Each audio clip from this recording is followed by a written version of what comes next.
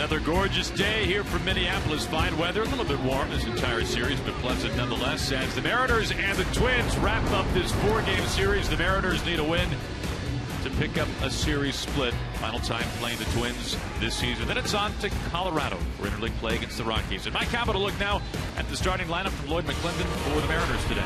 And leading things off, it'll be Marte again. Had his first major league hit in last night's ball game. And it's Seager. Cruz has homered in 2 games in a row. Cano in the lineup hitting cleanup, but the DH today. Then it's Smith Jackson. Mark Trumbo on this road trip 4 for 9 with an RBI. He will be at first base and hit 7th. Miller and Sucre round out the 9 for the Mariners. For Pelfrey on the year, 5-7 record, 3.92 ERA.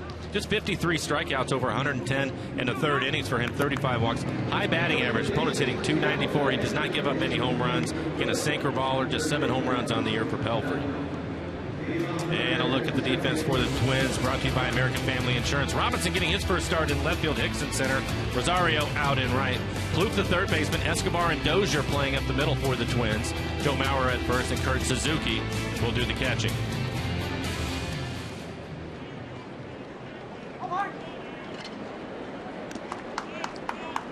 Pelfrey with a good fastball. He'll be in low 90s with it, but again, his best pitch is his split. He'll also mix in a slider.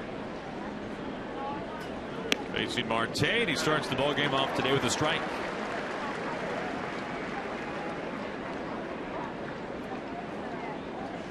Marte in last night's ball game, an infield base hit to pick up his first major league hit. Drops this over Pelfrey, and the first 2 hits of the big leagues stay on the infield. Marte able to leg it out. Leadoff man reaches for the Mariners. We've talked about Marte and his speed. He's been a leadoff hitter in the minor leagues, but you can see him run. Dozier, the second baseman, is able to barehand it, but eats it. Probably a good idea. No chance to get Marte. Leadoff man aboard for Kyle Seager. 3 hits his last 3 games.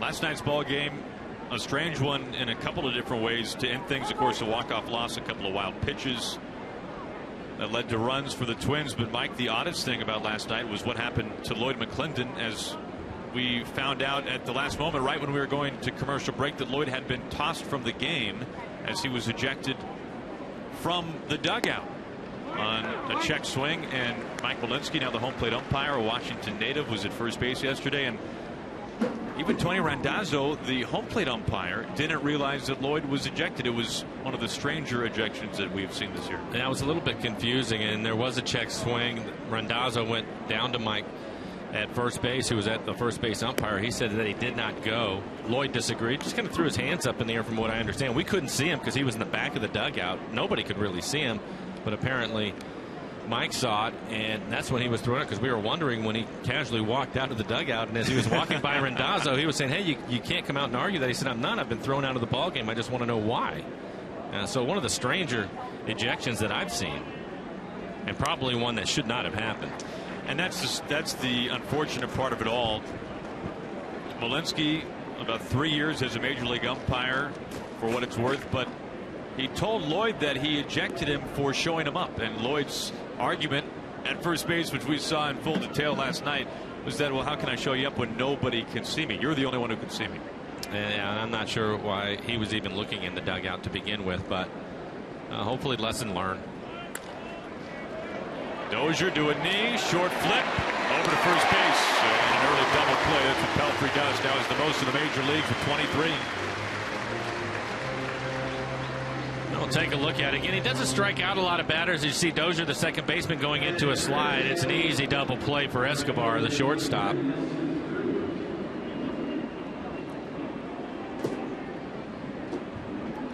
Wipes away the leadoff infield single. 2 outs, nobody on for Cruz.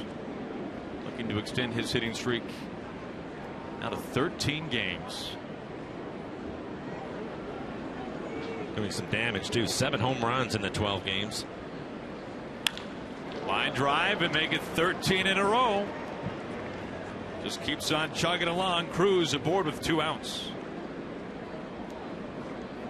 I think this is something you Mariner hitters want to do. This fastball, you can see the 2-seamer running in on his hands a little bit, but it's elevated. It's above the belt. I think that the Mariners see some pitches that are up in the zone. Go ahead and swing at those because, again, Pelfrey trying to keep the ball on the ground. 2 outs, Cruz at first base for Cano. Hot month of July, trying to build on that here in August.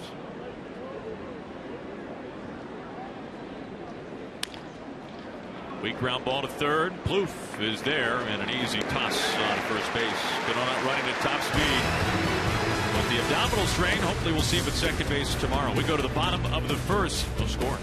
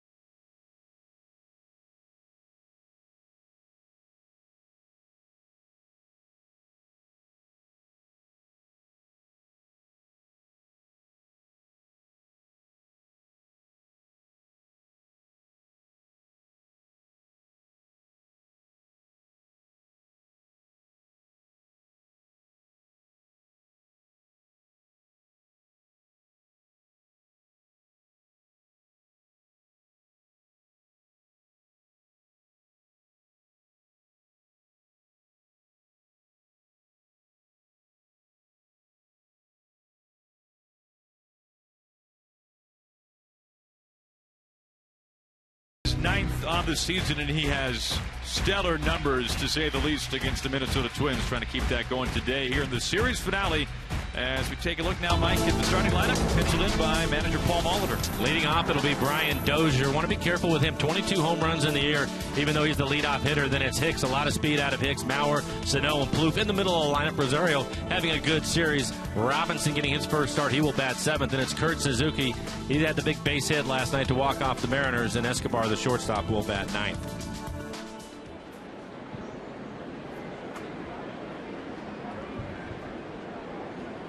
Dozier clobbers this towards the pole in left field, but pulls it foul. Dozier 22 home runs on the season. His next will tie a career high, hit 23 last year. And no surprise, that first pitch up in the zone. It was an off-speed pitch at 84 miles an hour, but Dozier, a good high fastball hitter. For Iwakuma, his fastball on average is going to be around 89 miles an hour. Of course, we have the split. He'll mix in a slider and a curveball. He's been throwing his curveball a little bit more lately. It's been a good pitch for him, especially early in counts, trying to steal a strike.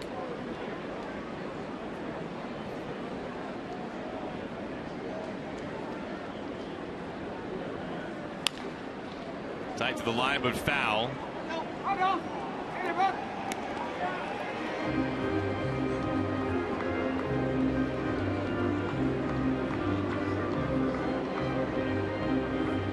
1-2 to Dozier, batting .253 on the season. The pride of Tupelo, Mississippi, Elvis's hometown. Two and two. How about that curveball? 68 miles an hour. Almost hit him with it.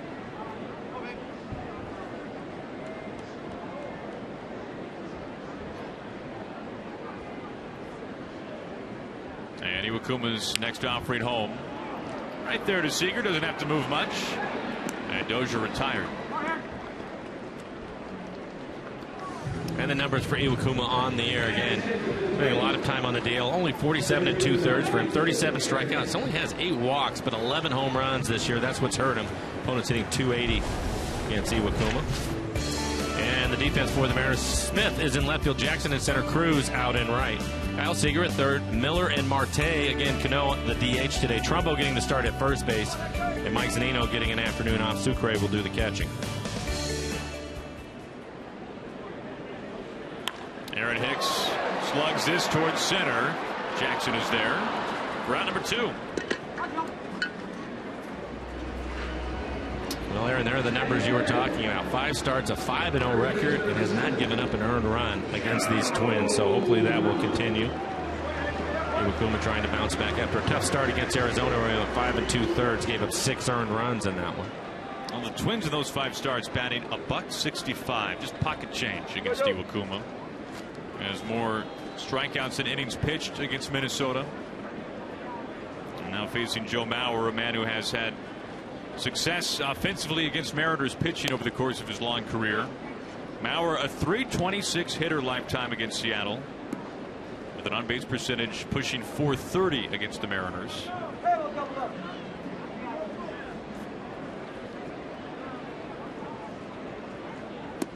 Oh, 0-2.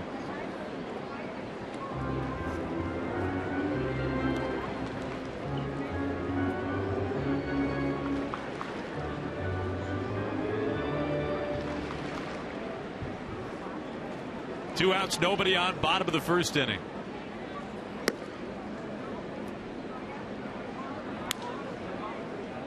Mariners starting pitching the last 2 days been very good. Montgomery, the 6 innings, 1 run last night. Of course, Taijuan Walker, the best pitch game of the season for the Mariners. Yeah, we talked a lot about Taijuan and what he was able to do, giving up just the 1 hit over the 9 innings. But I thought Montgomery was really good last night as well. Back into the glove as Mauer is very adamant, and here comes Paul Molitor that ball hit the ground. Got out of the glove. I think he's saying the foul tip hit the ground, and Sucre was able to make the catch. Now Paul Molitor is out, and we'll take a look at it. May have been right. Tough to tell. They're still talking it over.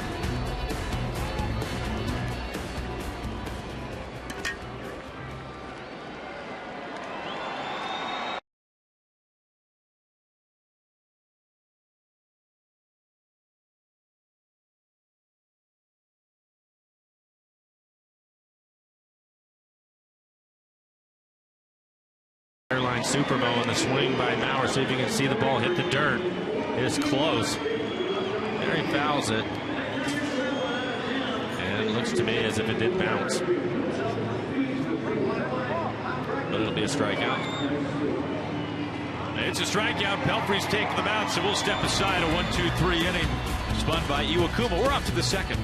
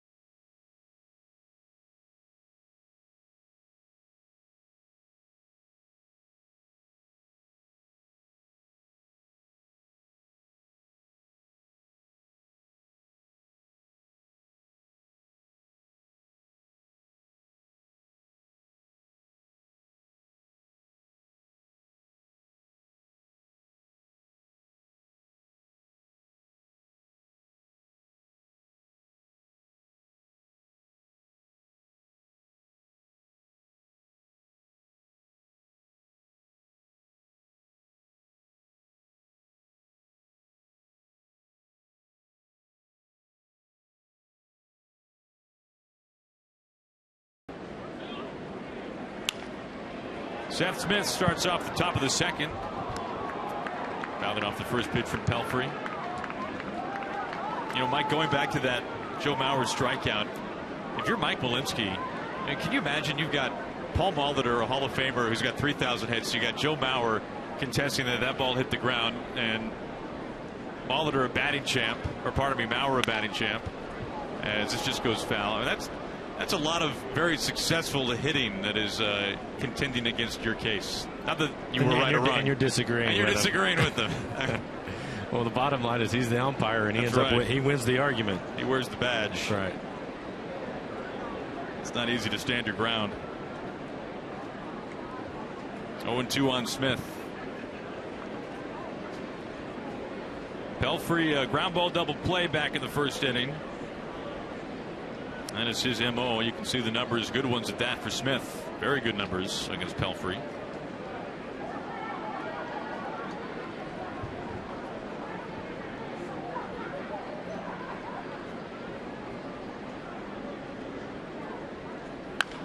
Smith clocks his to center as Hicks goes back a few steps and is there to make the catch.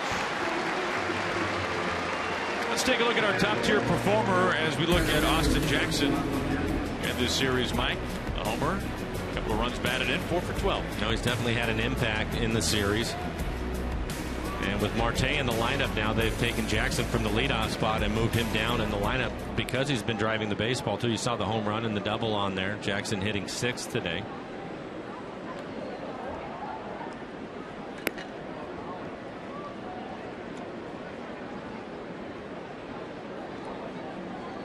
Mike Pelfrey, 31 years old, out of Wichita, Kansas. Went to Wichita State University. That's where he played his college ball. And he's really been roughed around lately. His last quality start was on June 23rd against the White Sox. He has gone 6 starts since without a quality start. There is Escobar, long range, the 360. Can Mauer clean it up? He does. Now the Twins looking for an answer at shortstop, and a fine play there for Escobar. We've seen him go out towards center field a number of times and make this spin throw. He has a strong throwing arm, ends up bouncing it. And a good play by Mauer to just get him.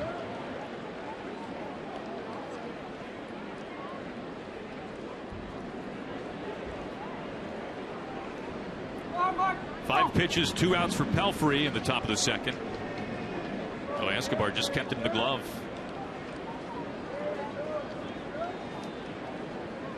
That brings in Trumbo with nobody on.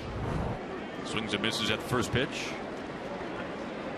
Mark has been a hot hitter for the Mariners. Remember all the struggles he had, but has that up to 250 now. There was a point not that long ago that he was hitting about $180 as a Mariner. He's hitting over 340 his last 23 games. A couple of home runs sprinkled in there. Well, I think, and that's obviously why they ended up getting in what Lloyd would like to see out of him. You have to start somewhere. You can see he's been hot in his last 5 games. Hitting doubles, but they want to see him hit the ball out of the ballpark. He's off that pitch to make it 2-1.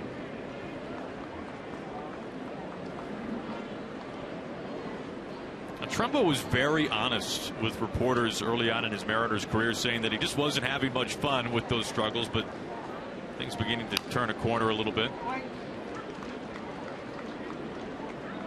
And the dynamics of a midseason trade always a little different than a winter trade. No, you're right, and I've said this many times. When these guys are traded and they get to their new team, you just hope that they get off to a good start, because typically if it's a struggle for their first 3 or 4 games, it's going to last longer than that because there's so much involved in it and they want to make an impression, and more times than not it's them trying to do too much.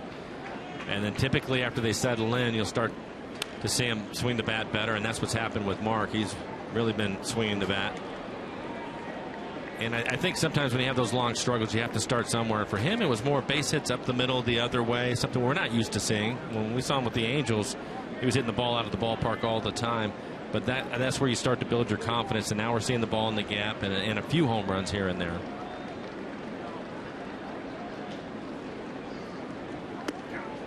Comes on inside to him, a full count. 2 outs if Trumbo can reach. Miller on deck.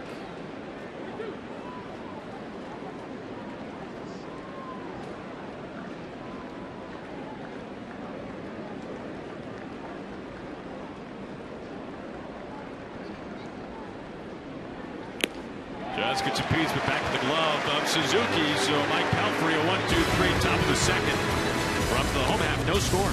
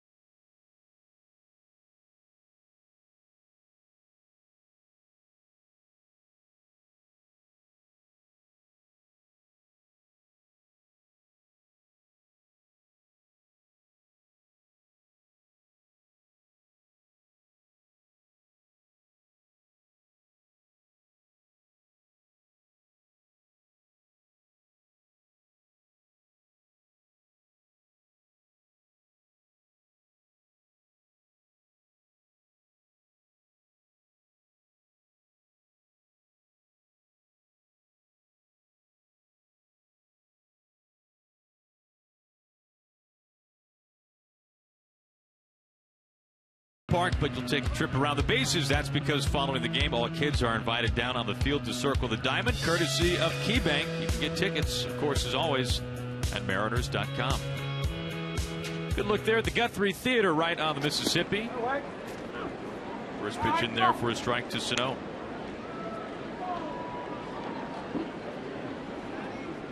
Sano in the midst of a nice stretch. 8-game hitting streak. He's been on base in his last 10. Got a big double in last night's game in the 9th inning to lead things off. Right away. That started to put the pressure on the Mariners right away in the 9th with that double. Hit it down in the right field corner. Iwakuma ahead. And his 0-2. And he gets him to go around. Sano down on strikes. Strikeout number 2 for Iwakuma. Retires the leadoff man. 3 quality pitches right there. Was able to paint a fastball in the outside corner at the knees. That's a big key for him. Then he comes back with the breaking ball in the corner. And now he wants to elevate the fastball. You can see Sucre up high. Hits the target above the belt.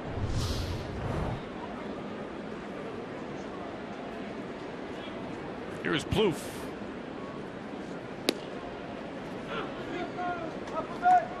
Plouffe 14 home runs this season. He has hit more home runs in this ballpark than any other batter in Target Field history. Beautiful ballpark built back in 2010.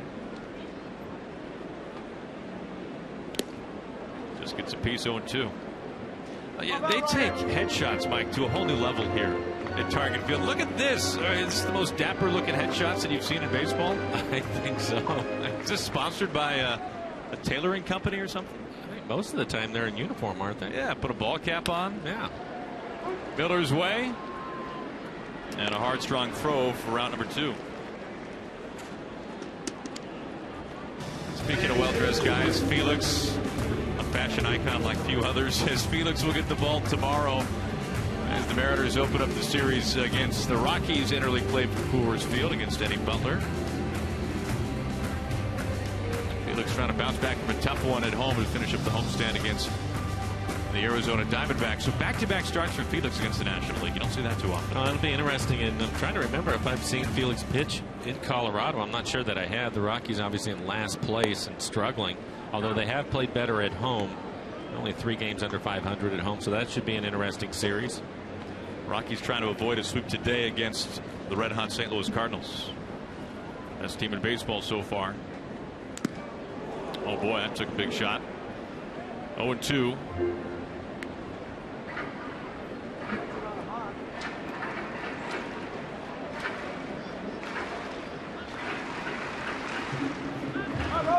Akuma working ahead of each of the first two hitters here, and a chance to put Rosario away.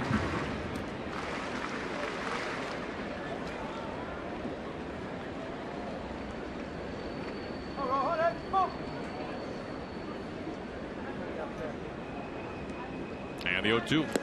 Just got a piece. Back to the glove of Sucre. And Iwakuma 6 up, 6 down, 3 strikeouts in the first 2 innings.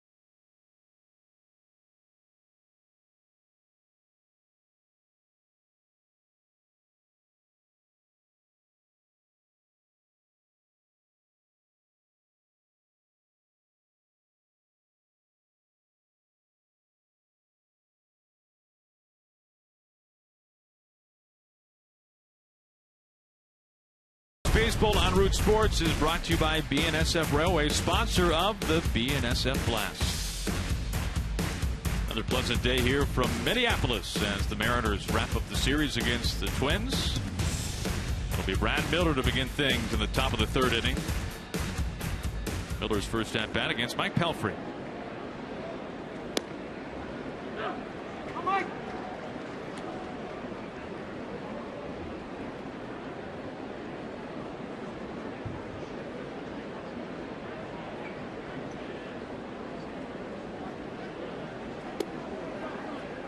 The Mariners have played now more one-run games in baseball than, in the American League than any other team. And when you take a look at how this bullpen has been in flux at times this year, Mike, last year, one-run games, the Mariners, well, they would have almost welcomed that opportunity with the bullpen the Mariners had this year. But with the changes, especially near the deadline that we've seen in the bullpen, some new unfamiliar faces, one-run games have been a problem.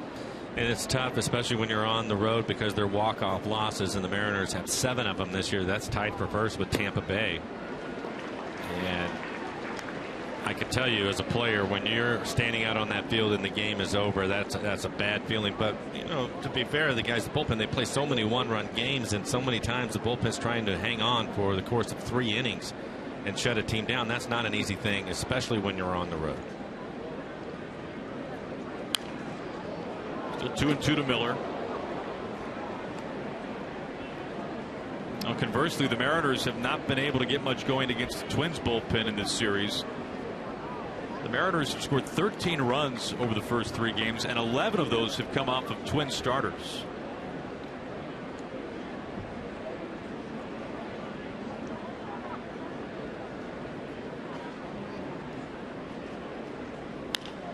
Miller shoots it high to right field. It's a windy day today, but Rosario plays it pretty easily. Out number 1, that'll bring in Sucre. In fact, the only runs that the Twins bullpen has given up in this series, that 2-run homer in the 9th inning off the bat of Nelson Cruz in game 2 off of J.R. Graham. One of a couple of homers for Cruz here in Minneapolis.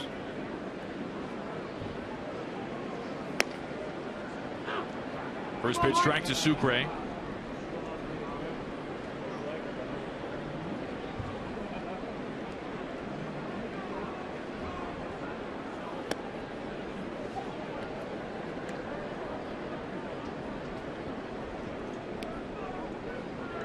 Mike, you can see the wind coming in from left.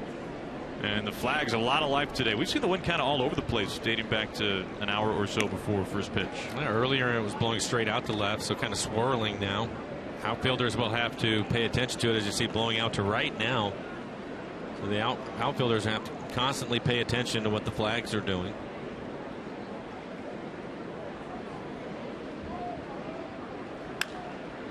Sucre pops it up straightaway center. Dozier now peels away. Hicks makes the catch. A couple of fly ball outs with the sinker baller and Pelfrey, who's now faced the starting nine one time through. Back to the top here is Marte. Boy, Mike, it seems really critical to get to Pelfrey early. His last 6 starts, opponents hitting .360 against him and an ERA that is pushing 7. You're right, but he has the ability to pitch well, and I think you start to gain confidence as the game goes on. It's one of the things that I was talking about with Rick Riz on the radio side in the pregame show, and this is something that is important to try to take advantage of him early, and he starts to gain confidence. You're going to see that sinker, and by the way, he has a better fastball today than I was expecting. He's topped out at 96. Slap down the left field line and into the seats. Robinson can't hold on to it. An aim for effort, though. Gave himself up a little bit. And the fans show their appreciation here in Minneapolis. Looks like somebody got a shower out of that foul ball. Take another look at it. The ball is slicing away from him. I'm not sure that he knew he was coming up on the wall. He slammed into the wall pretty good. You saw Robinson as a pinch runner late last night. His first start of the series. But Pelfrey today, he's topped out at 96. The fastball he threw to Mark Trumbo to strike him out was 96 miles an hour. Wasn't expecting to see that.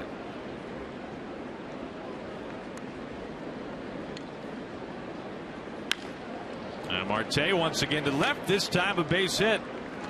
Marte 2 for 2 in his first big league hit that exits the infield. He's got 3 now in 2 games. Making 3. And with a couple of outs, let's see if he might want to steal a base. He goes with this pitch. It's running away from him. Fastball middle away. Again, elevated. Good idea to attack any fastball that is up in the zone, and a solid line drive into left. Marte with good speed. I think with a couple of outs, try to get down to second base. At 20 steals in Tacoma. Was only caught 3 times. First pitch strike to Seager, bounced to a double play in the first inning.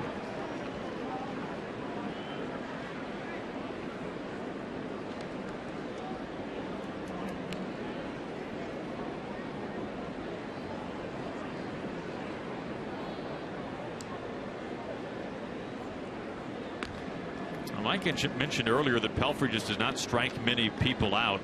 He entered today with only 53 strikeouts, and among all starting pitchers in the game this year with at least 100 innings pitched, and there's about 100 pitchers who have hit that mark, Pelfrey has among the fewest strikeouts. In fact, nobody has fewer.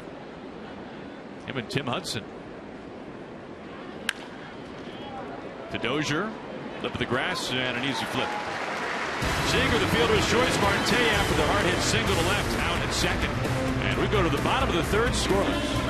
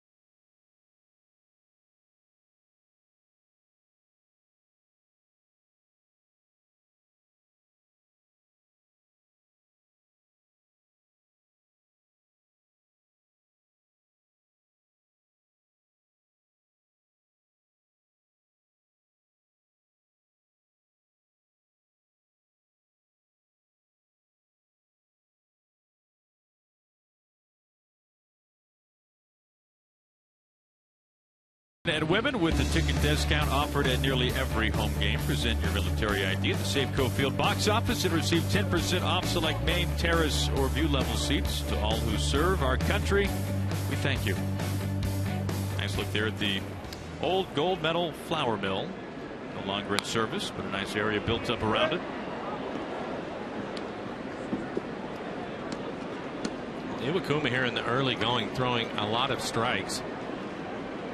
In fact, all 7 batters he's had first pitch strikes on, so that's a good sign working ahead.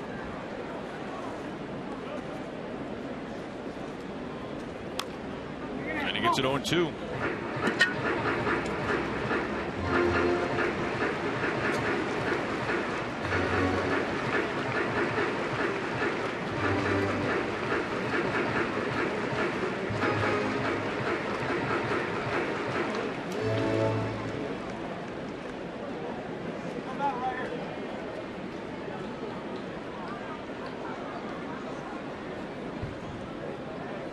Iwakuma ready to go with the 0-2.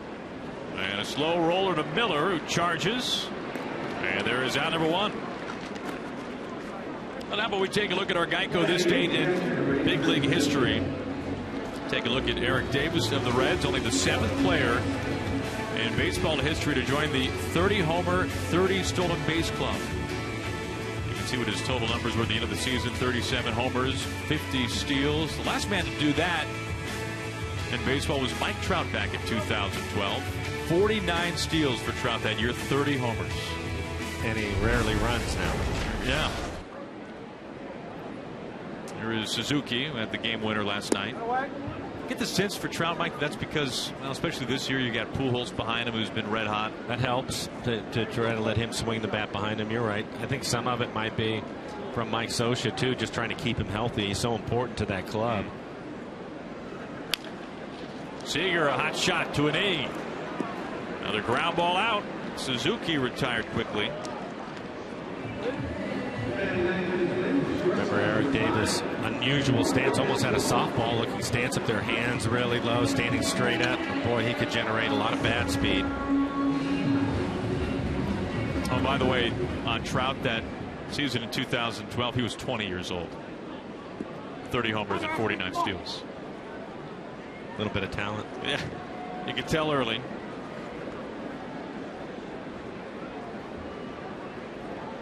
Here's Escobar. Thumps this to the alleyway in right center, and it's off the wall. Escobar extra bases.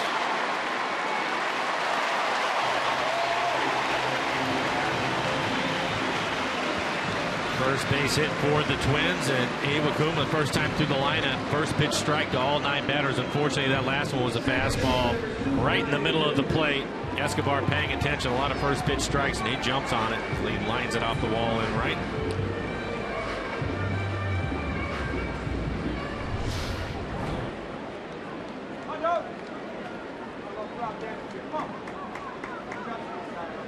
Back to the top here is Dozier.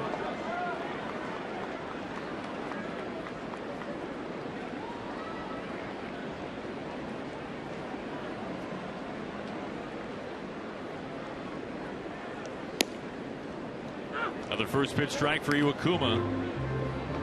And this is an area where the Twins have excelled this year, hitting with runners in scoring position. On the season as a team, they're hitting .278. Escobar the double. Go ahead, run in scoring position for the Twins.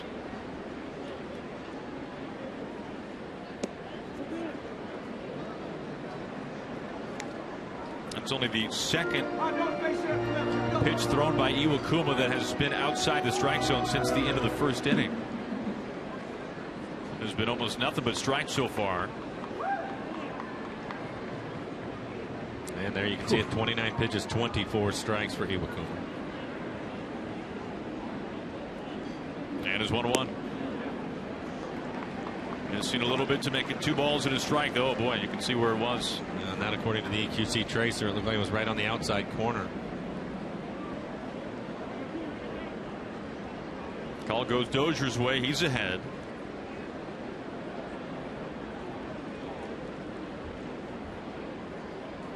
Dozier has actually had the longest at bat of the day so far for the Twins. as he now looks at 3-1. Wow, couple of pitches right there. Iwakuma not happy about it, and I don't blame him.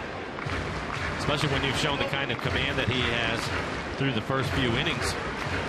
Throwing nothing but strikes, and those pitches are really good pitches.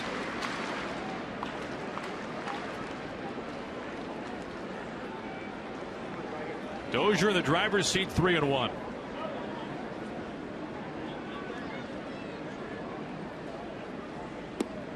Gets a strike here. Gets it with the curveball.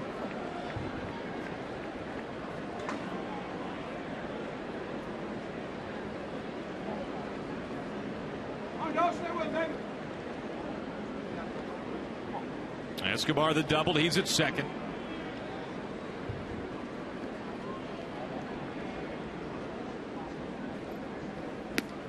Way off the plate low. Dozier, the first walk today.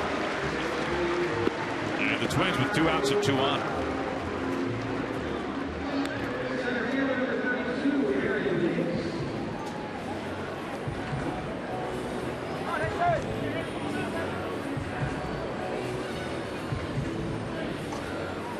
Hicks recently had a 6-game hitting streak snap. That was a career best.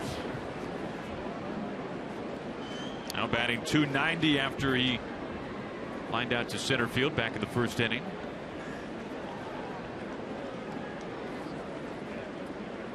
Hicks a switch hitter.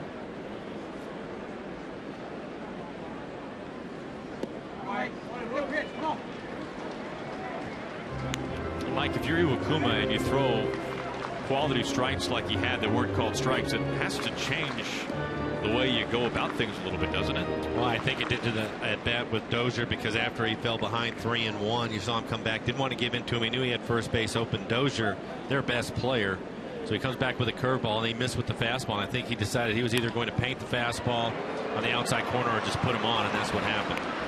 Marte is able to gobble it up, and that'll do it. The Twins strand a couple as we go to the top of the 4th.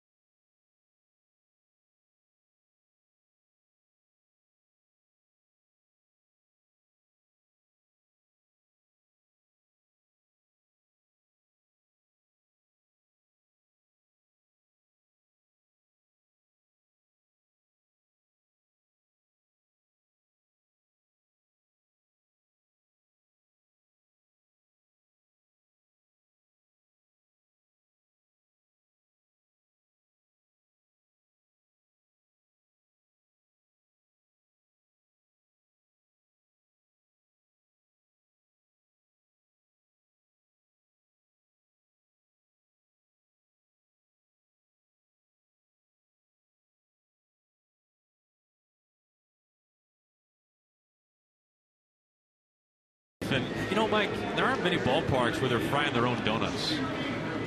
Breakfast for you. They're doing it right. Yeah. We got a good donut last year in Philadelphia, Citizens Bank Park. You can get Have you ever had a bad donut?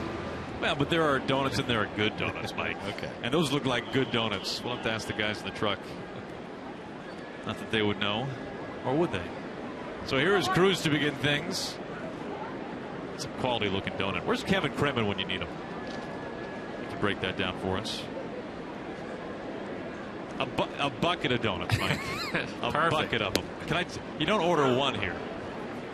You take them by the bucket.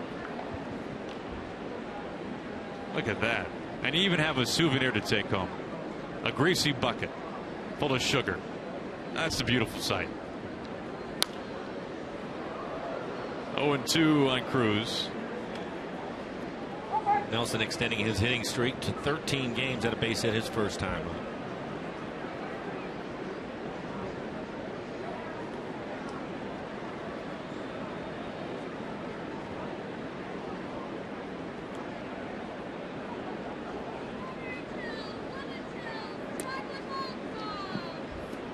Nelson is a really good example of how not all hitting streaks are created equally, because the power that Cruz has shown in this now 13-game hitting streak, he has 7 home runs, 4 doubles, he's driven in 11, and he's averaging almost 2 hits a game. Rolls over here to Plouffe, and that'll be out number 1.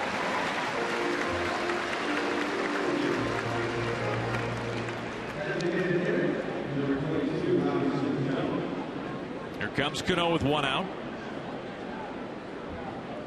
The longest hitting streak in baseball this year was Troy Tulowitzki. When he was with the Rockies, we will not be seeing Tulowitzki when we go to Colorado tomorrow. It'll be strange to see Jose Reyes at shortstop for Colorado. There's the trade right near the deadline. Tulowitzki, a 21-game hitting streak earlier this year.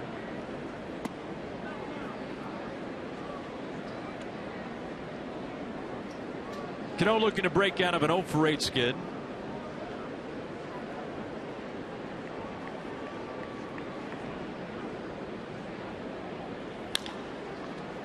Over to Dozier. Easy play there for out number 2.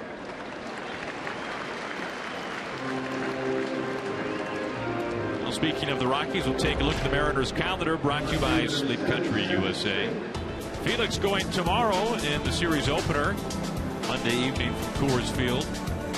An off day on Thursday. Then the Rangers and the Birds come to town. And circle your calendars on Saturday, August 8th. Jamie Moyer being inducted into the Mariners Hall of Fame. That'll be a day game against Texas. 1:10 the first pitch, and the pregame ceremony inducting the lefty into the Mariners Hall of Fame kicks off at 12:30. So we'll get there early. 2 outs for Seth Smith.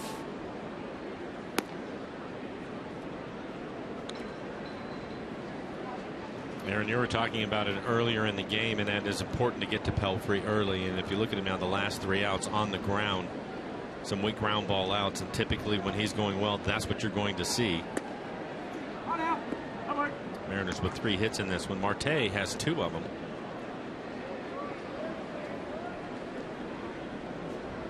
Pelfrey's been around for a while. This is now his 10th season.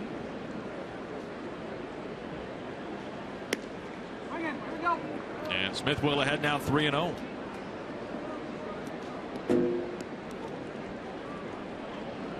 Jackson on deck with 2 outs, nobody on. Pelfrey, a former first-round draft pick by the Mets in 2005. Taken 9th overall.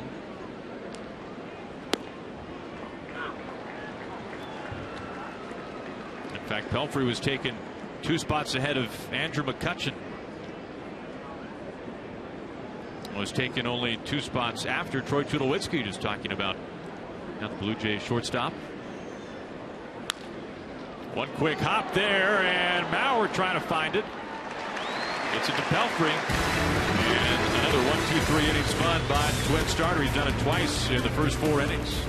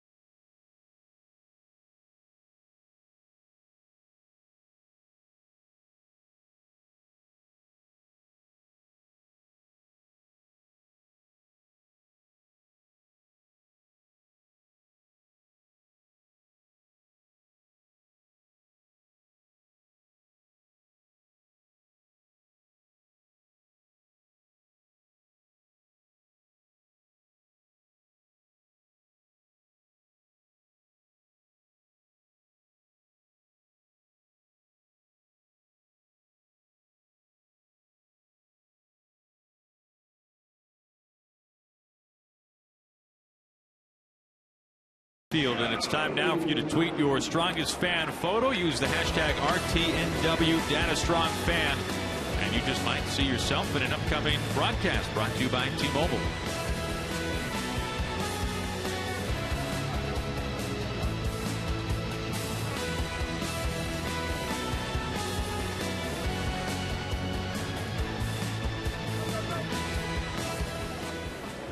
Here is Joe Mauer facing Iwakuma.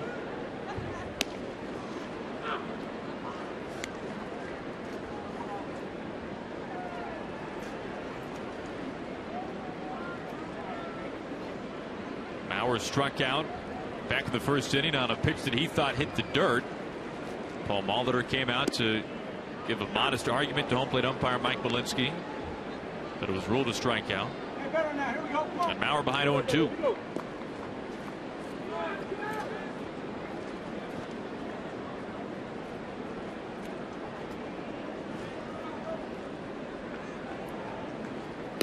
Big rip and a miss going after a high fastball, and Mauer strikes out for the second time in as many at-bats.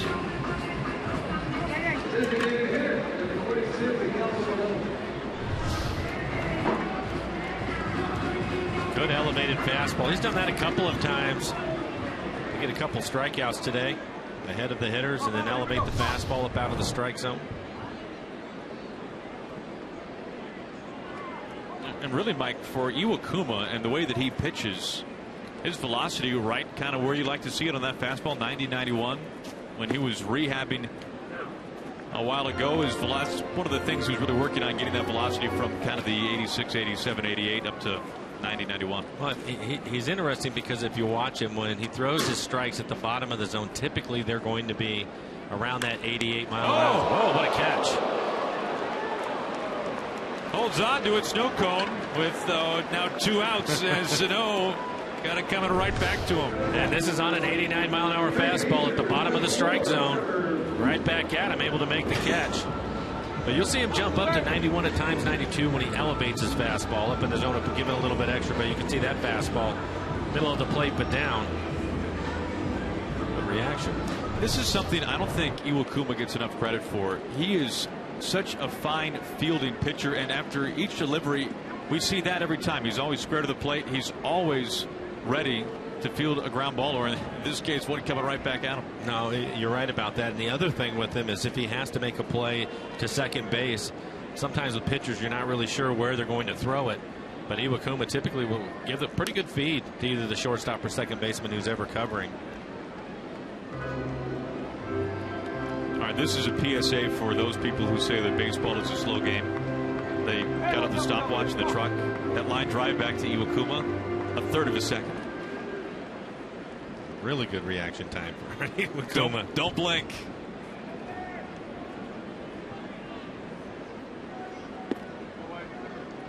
One and one to Plouffe.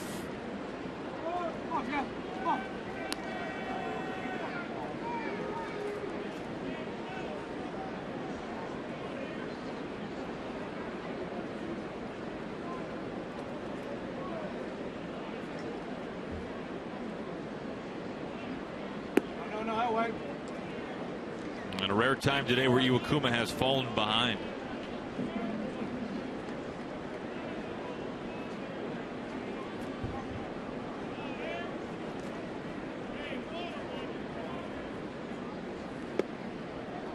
And Plouffe takes another pitch low. One walk today for Hisashi. Rosario on deck. 2 outs, nobody on.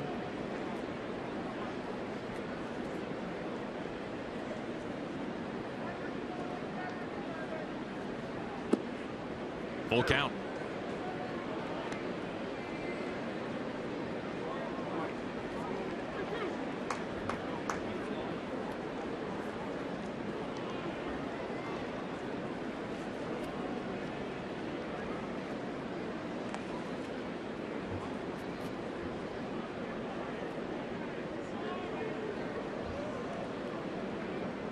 Iwakuma with 4 strikeouts so far today. And making 5 as he gets Plouffe looking. Lower shelf of the strike zone. Plouffe still can't believe it. Iwakuma, one hit over the first 4 innings. No score.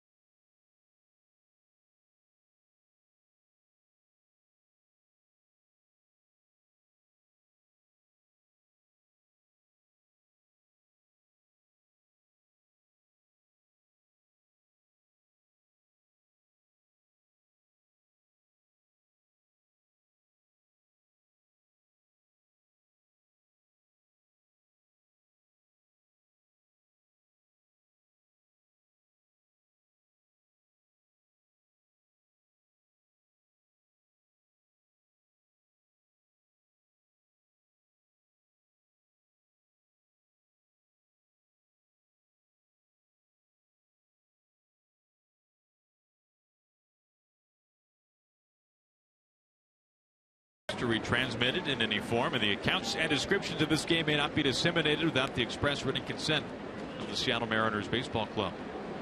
You can see the reflection there of the Fauché Tower, and when our director Mark Engelbrecht was a young lad growing up in the state of Minnesota, that was the tallest building here in Minneapolis. Well, things have changed. First pitch is strike to Jackson. Jackson, Trumbo, Miller. 6, 7, and 8 due up for the Mariners. Trying to get something going off of Pelfrey. Pelfrey faced the minimum in the second, did so again in the fourth. All 3 outs on the ground last inning.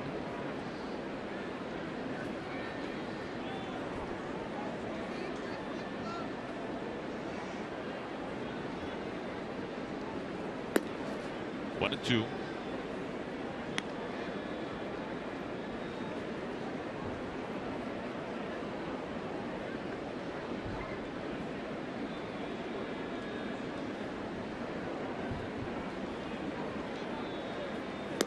Down on strikes.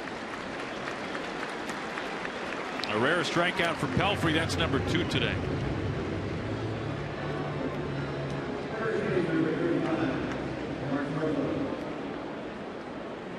The other thing about ground ball pitchers, Aaron, is as the game moves on and they get a little bit tired, it really helps them. They're going to get more sink on their fastball. You'll see him down in the zone a little bit more.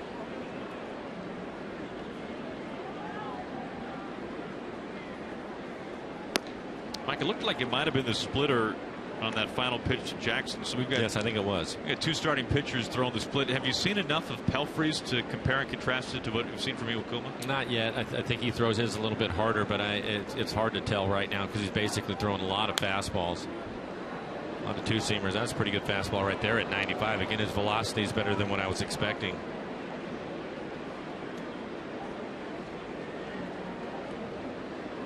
This Twins team has not been easy to get wins against here at home. They are one of the best home teams in the American League. They're 34-21 here at Target Field. In fact, the only team in the league with more wins in their home ballpark is the Astros. Houston, a remarkable 37-18 at Minute Maid Park.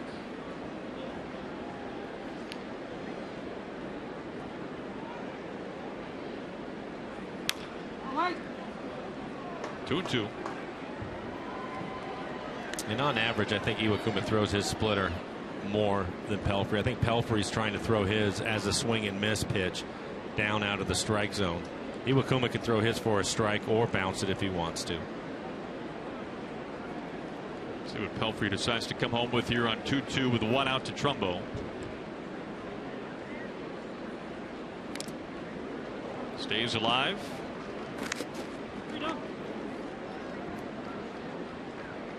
Well, Trumbo might have seen the best fastball of the day from Pelfrey, that 96-mile-an-hour heater back in the second to end the at-bat with a strikeout. Certainly one of his highest velocity fastballs so far today.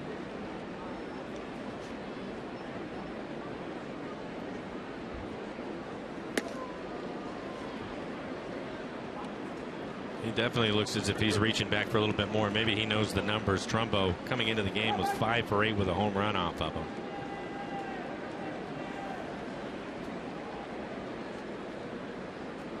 Now 3-2. To Dozier. Puts the glove on it for out number 2. Now join us this Saturday when we induct the winningest pitcher in Mariners history, Jamie Moyer, into the Mariners Hall of Fame during a special pregame ceremony. To commemorate the afternoon, the first 20,000 fans will receive a Jamie Moyer bobblehead courtesy of Root Sports. Tickets at mariners.com. Hope to see you there. Base is clean, 2 outs for Brad Miller.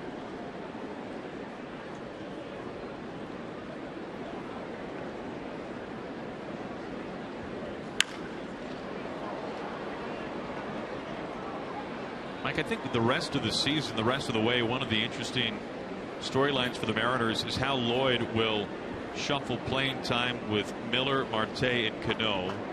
Cano's obviously going to play, but we heard Lloyd say maybe a month ago that he might look for opportunities down the stretch to get Robinson off his feet a little bit when he can and DH him a little bit more, and that makes sense, I think. So it will be Marte playing second base now. He can also play shortstop. He's even played a little bit of outfield. That's a good point.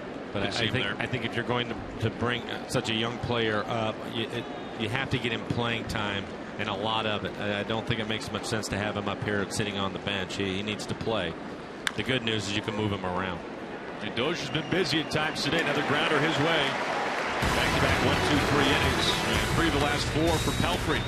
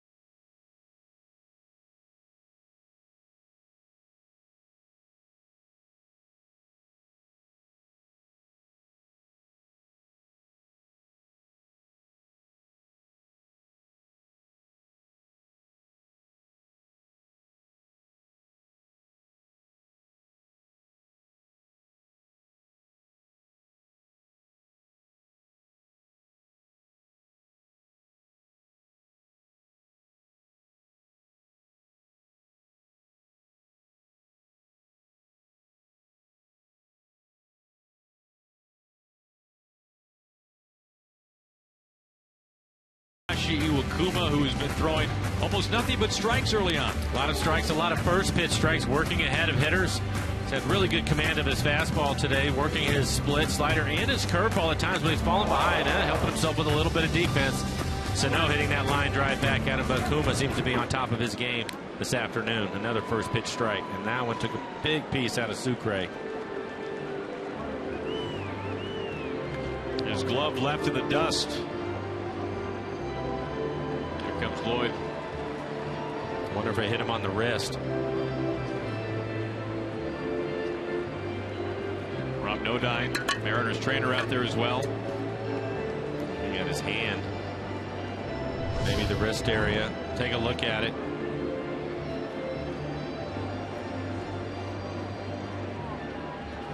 It's hard to tell from that angle. Here's another one. I think it went off the end of his hand, maybe part of his wrist.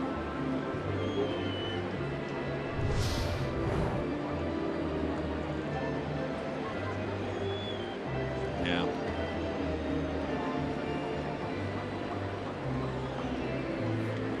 He'll stay in there. I've said it many times, and catchers, it's when you find one that is a really good hitter, it amazes me because their hands take a beating, and it's hard to swing a bat when your hands aren't feeling good. So a lot of respect for those guys. It's not an easy line of work. Not to mention what it takes out of your legs on a daily basis. 0-1 to Rosario.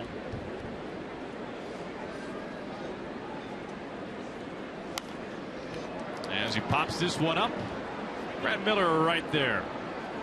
Drifting to wind, and Brad holds on. It's a windy day. But Miller stays with it for round number 1. Thinks he's under it right about there, and now he starts drifting as the wind takes it out towards center field.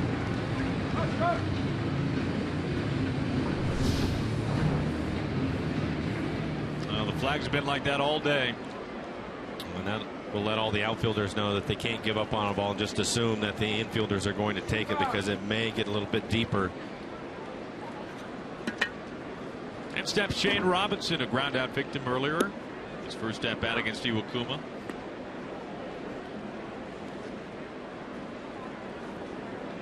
Iwakuma had that fantastic start right before the All-Star break at home against the Angels, when he spun 8 scoreless. Seager, a diving stop. Robinson can run well, and he's out at first base.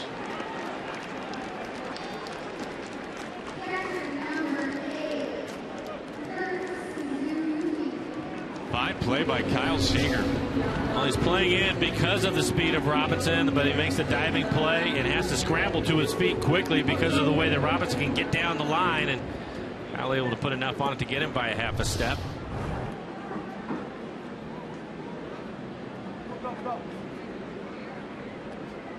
Well, Mike, you've talked about the first pitch strikes, and that sums it up. 14 of 16 batters so far. And it continues. We were talking about it before the game, how much fun it's going to be going to Colorado to watch Kyle and Arenado, the 2 third basemen in that series, and the plays that they're going to make. Should be a lot of fun. That'll be a blast. 2 Gold Glove winners from last year at the position. And Arenado, one of the best hitters in baseball this year, especially in terms of just driving in runs. Seems like he and Goldschmidt have been ping-ponging back and forth all season for the National League RBI leader. 0-2 on Suzuki.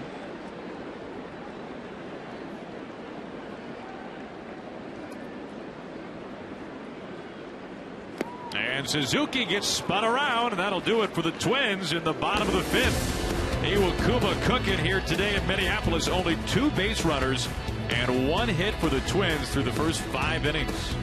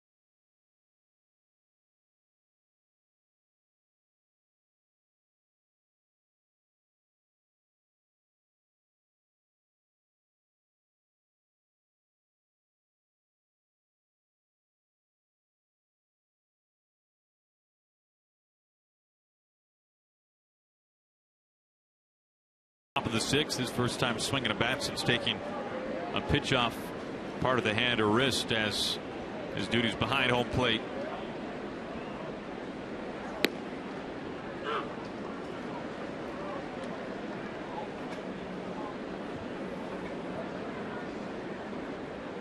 Only 4 hits in this game so far. The Mariners with 3 of them.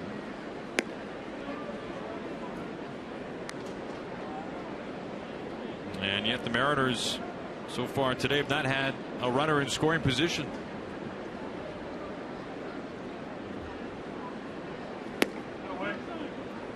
Sucre ahead of the count. 2 of the hits came back in the first. Marte, the leadoff infield single. He was cut down on a double play. Cruz then singled later. Right there to Escobar. Another ground ball for Pelfrey. And out number 1. I'll stick around after the game for Mariners postgame presented by Delta Airlines. We'll take you down to the clubhouse, get reaction from the guys, including Lloyd McClendon. Well, Pelfrey now has retired 8 in a row. 7 of them on the ground, the other out a strikeout. 7 ground ball outs, 8 in a row. He's settled in. Marte with 2 of the Mariners' 3 hits so far, looks at strike 1.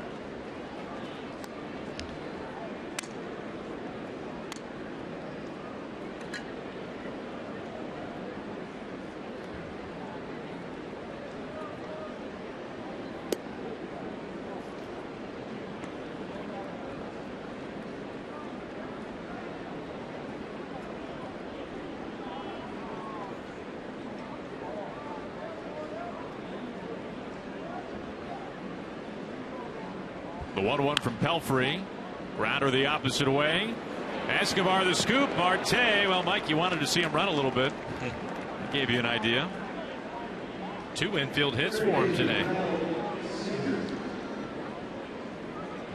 And you had to feel pretty good about it once this slow roller gets past the third baseman Plouffe. You can see Escobar, the shortstop. Once it gets past Plouffe, no chance to get him.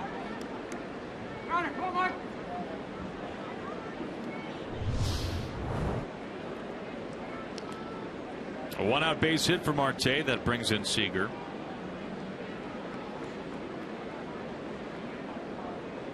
Pitch away from number 70 from Pelfrey. And that hit by Marte, Mike, kind of brings up the point that for some hitters in baseball, you don't have to square up a pitch to get a hit. Speed. If you have a lot of speed, we saw that for a lot of years when Ichiro was here, he'd get a lot of infield hits. 3 for 3 Dave for Marte. 2 of those base hits have stayed on the infield. This is line right to Escobar. Back to first base. And Marte is safe. Molitor out of the dugout right away. I think he's going to see it if he wants to take a look at it.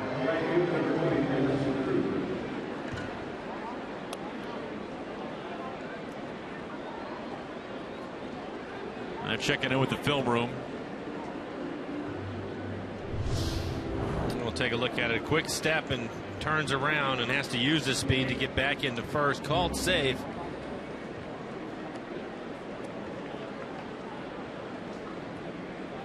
And it looks like he was safe as we take a look at our Alaska Airlines Supermo on the swing or the slide.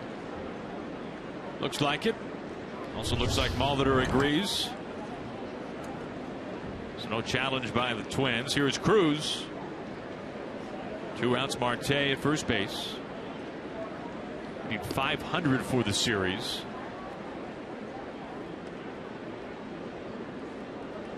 Today the series finale. The Mariners need a win to pick up the series split before heading off to Colorado.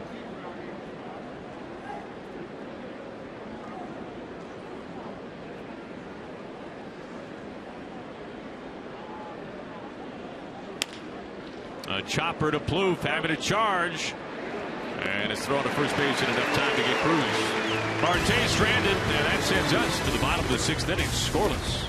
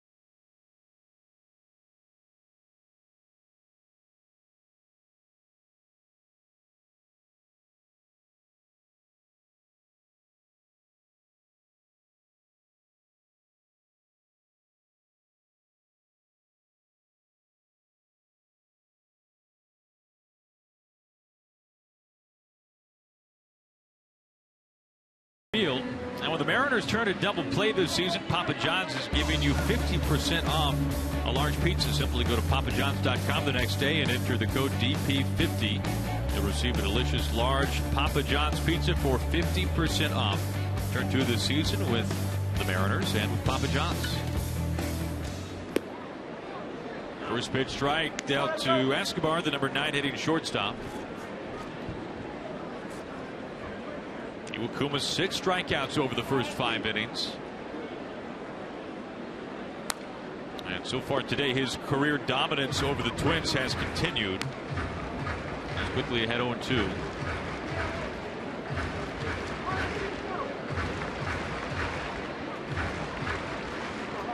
Iwakuma has faced the minimum in 4 of the first 5 innings.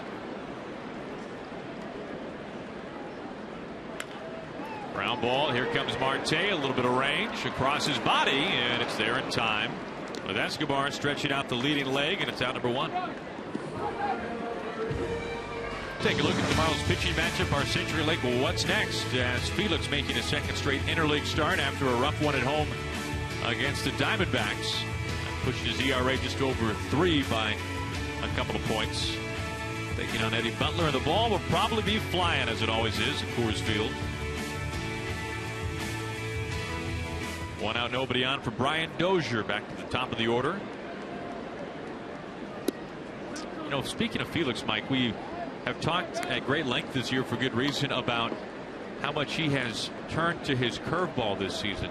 And we're seeing that in some ways lately for Iwakuma, a pitch that he hardly ever threw last year, began to throw it more this season, and especially lately. And there's one right there. You can see it 73 miles an hour. And I think that you're absolutely right. Felix's curveball percentage is up this year, and why not? The league's just hitting 117 against his curveball, so I think that it's interesting that he hasn't thrown it more, but really it's good to see. We've seen Taijuan Walker starting to use his breaking ball more in his last 3 outings, which is a good sign. I think I'll have to talk to Rick Waits about it maybe tomorrow and see if that's something that he's encouraging the guys to do. And with Iwakuma, you look at last year, his curveball only threw it 3% of the time. This year, he's up to 7.5%, but in his last outing, he was at 16%, and he's using it again today. This is slugged left center, and Jackson tracks it down. Up against the wall. Dozier retired, allowed out, but an out nonetheless. Look as if he was out in front of it a little bit, but a lot of carry to this as Jackson goes all the way back to the wall. And that pad was in the right place.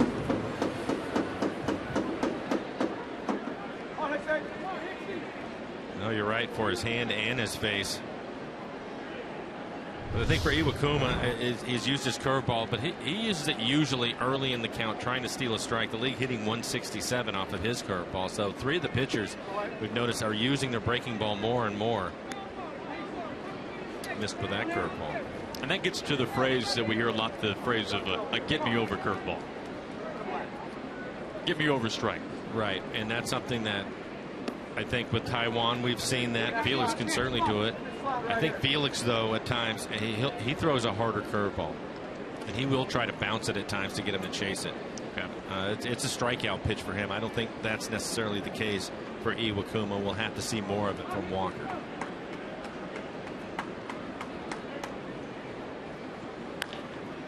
Right there, low pick.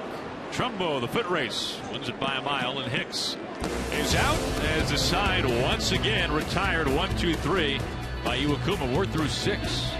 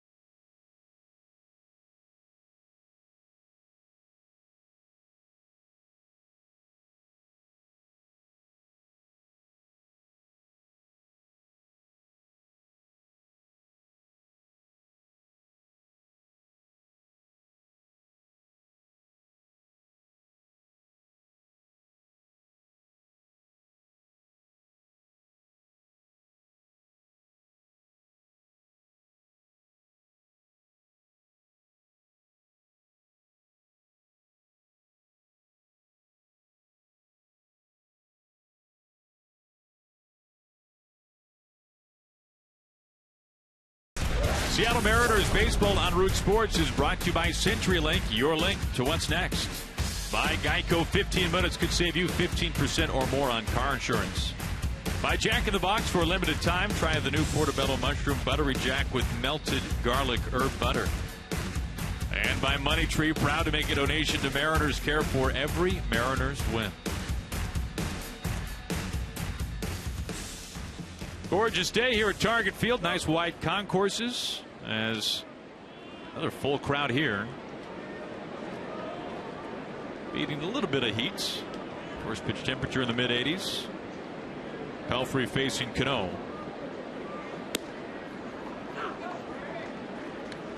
And we've talked about Iwakuma's dominance over the Twins. 6 scoreless so far for Hisashi on 60 pitches. And his scoreless streak now against Minnesota is at nearly 40 innings.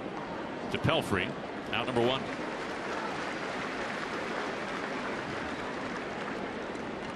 Now playing fantasy baseball, MLB.TV series serves up real-time highlights and pitch tracking info on your out-of-market fantasy players, live or on demand, on over 400 devices. Blackout and other restrictions do apply. Get MLB.TV today.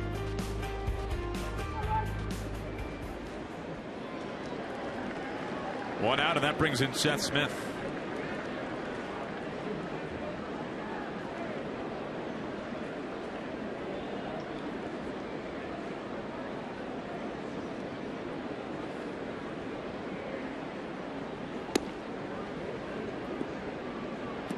Smith 0 for 2 came into today with terrific numbers lifetime against Pelfrey. 7 for 14 lifetime against a tall right-hander from Wichita.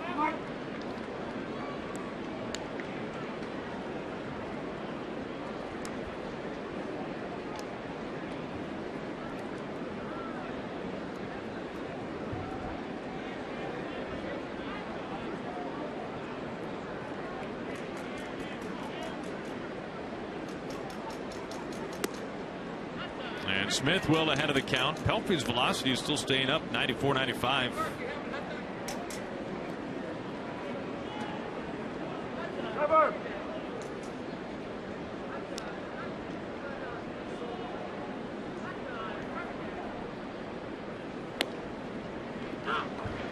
And this is one of those games where you've got a starting pitcher maybe putting together his best start of the season. We mentioned that Anaheim game, which was tremendous for Iwakuma, and you hope the Mariners can just get him a run or two. Facing Pelfrey, who's really been knocked around lately.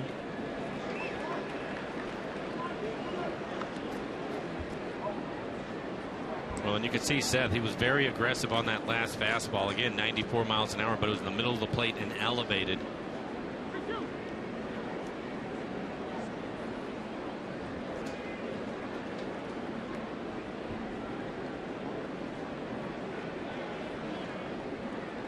Only 5 hits combined today. Almost all of them by the Mariners. Dozier's been on his feet a lot. A lot of ground balls his way with Pelfrey on the mound. 2 outs. Well, want to hop your way home? Take Link Light Rail to the airport for just $3. Schedule available at soundtransit.org.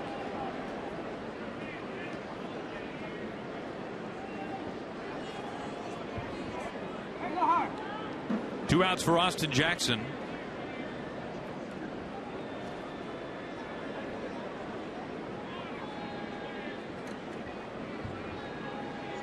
Mariners looking for their first extra base hit of the day.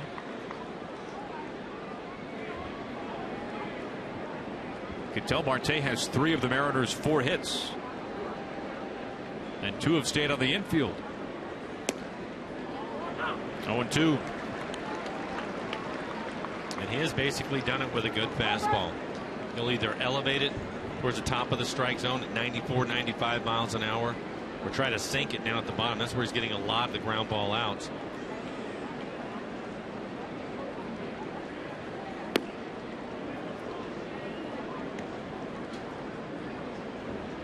Look at his overall numbers coming into the game. 110 innings. He's only given up 7 home runs.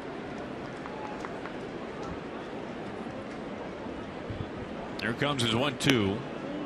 And it's 2-2.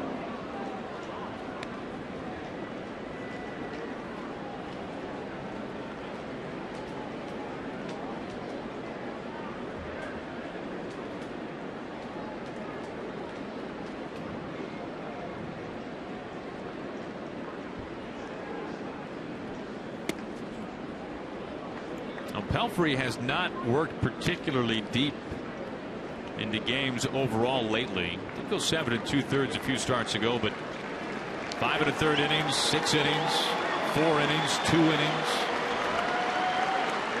Look at it now, 85 pitches. A season high is 112. 2 outs for the payoff pitch to Jackson, who stays alive.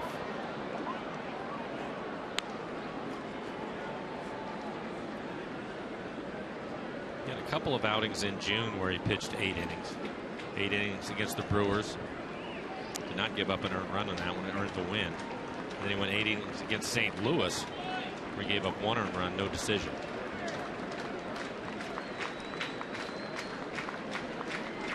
And once again, the 3-2 to Austin Jackson. Cuts right through it.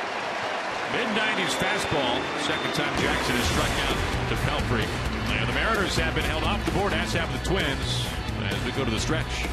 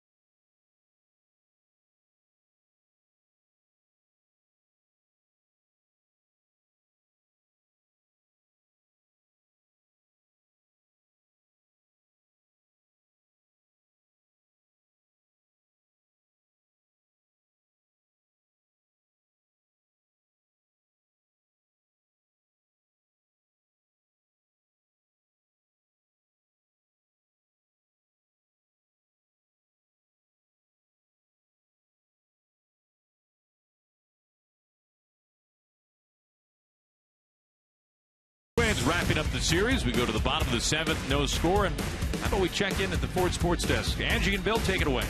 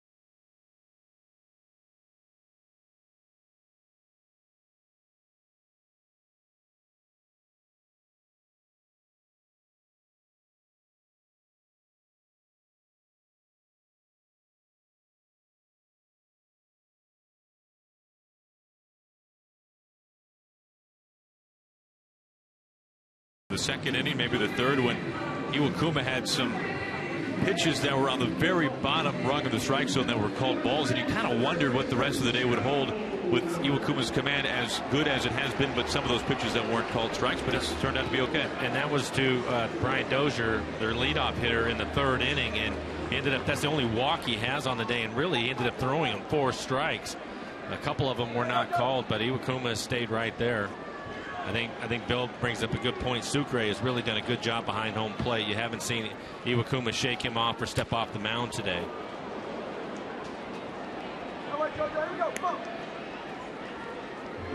Mauer has struck out twice. His last time on a high fastball, he went swinging after. You look at these two starters today, Aaron. Here we are in the bottom of the 7th inning.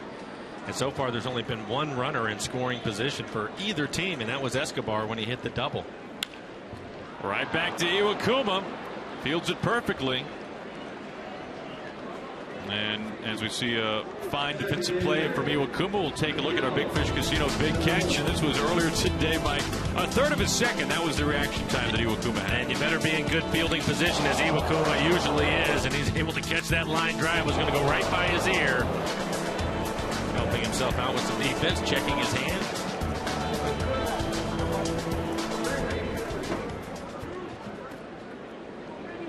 It's one of the few times today that the baseball has been hit hard. There's that time and then the double. And even with Escobar, he just went after a first pitch fastball.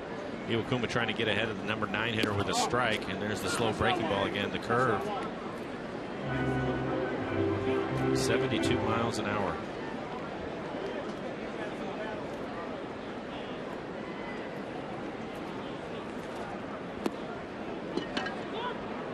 Appeal, and he goes around. Mark Wagner, the crew chief, makes it 0-2.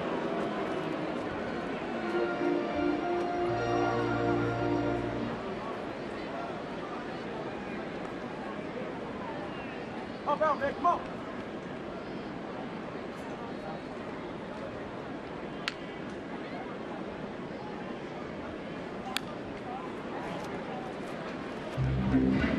So far today, by my count, Iwakuma has had 2 innings where he has not thrown a ball. 1, 2, 3, all strike to the second. 1, 2, 3, all strike to the 5th.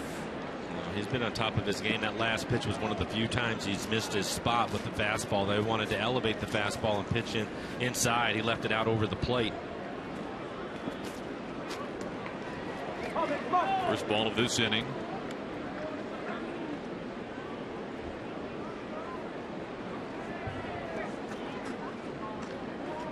You can see the inning by inning tally.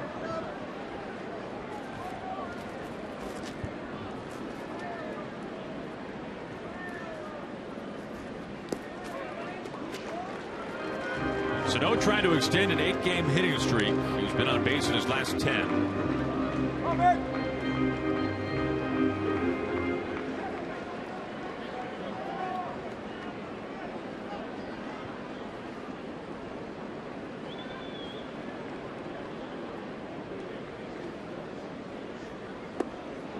Big swing there and a miss, and Sano down on strikes. Add another to the list for Iwakuma. He's got 7.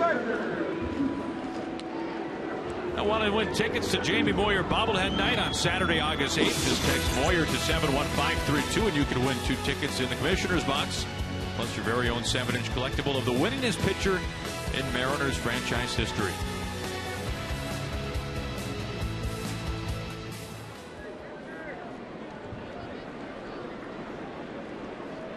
Two up, 2 down. Here is Plouffe.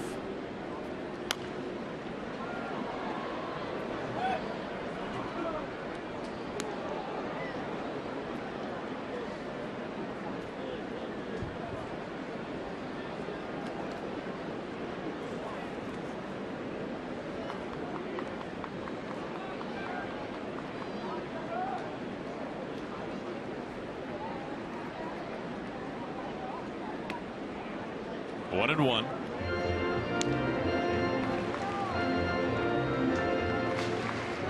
Iwakuma, a first pitch strike to nearly every hitter so far.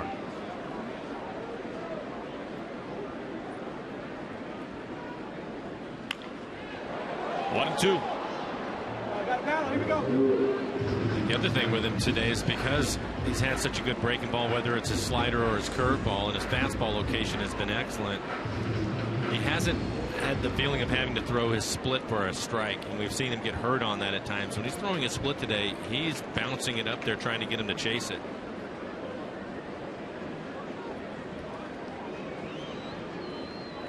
the 1-2 to Plouffe. Cuts right through it. Plouffe not pleased at all. Iwakuma, his 8th strikeout, and he has got 1, 2, 3, and 6 of the first 7 innings.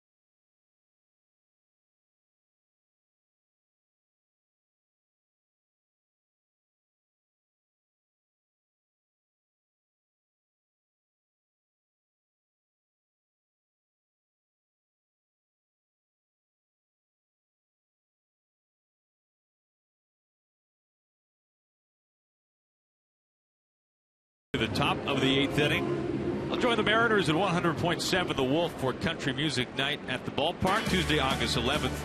Through this special offer, you'll receive a ticket and a Mariners cowboy hat for as low as $20. Kick up your boots and get tickets now only at mariners.com/country.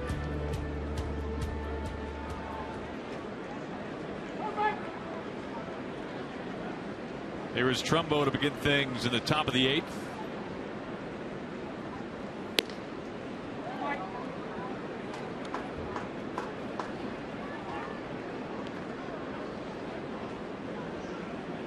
Trumbo 0 for 2, a strikeout and a ground out.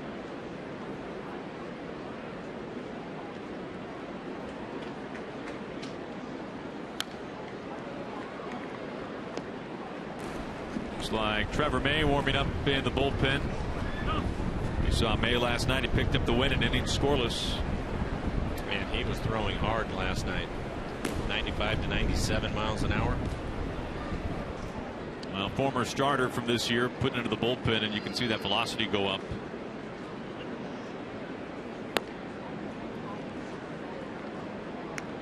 Pelfrey only has 2 scoreless starts this year. One was in late April, the other was in early June. The Brewers and the Royals, but he's gone 7 scoreless so far today. And Trumbo ahead 3-1.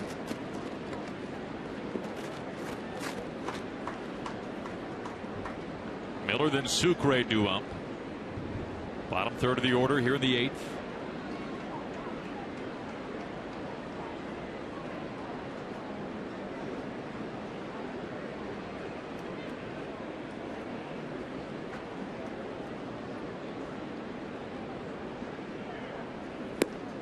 Trumbo, a healthy hack.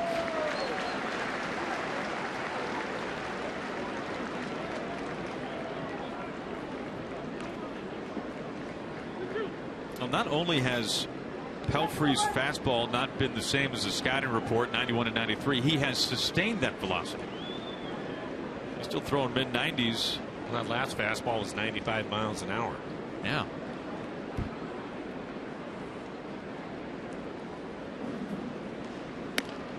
Up high, and Trumbo a leadoff walk. First walk today from Pelfrey. And the Mariners have the go-ahead run at first base.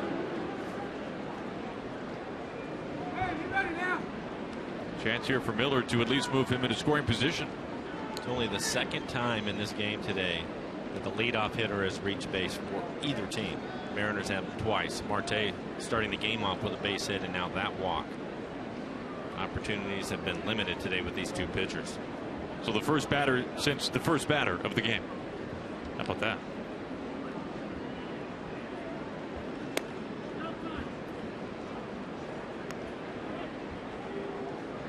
Miller 0 for 2.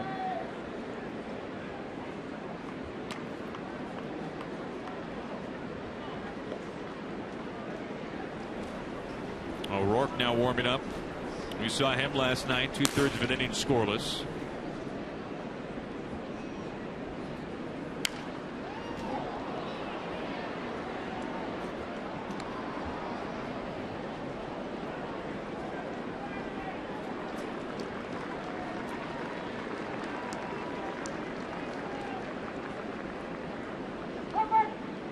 Trumbo will lead off walk at first base.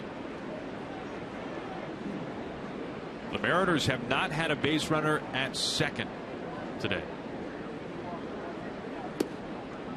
And Miller had 2 and 1.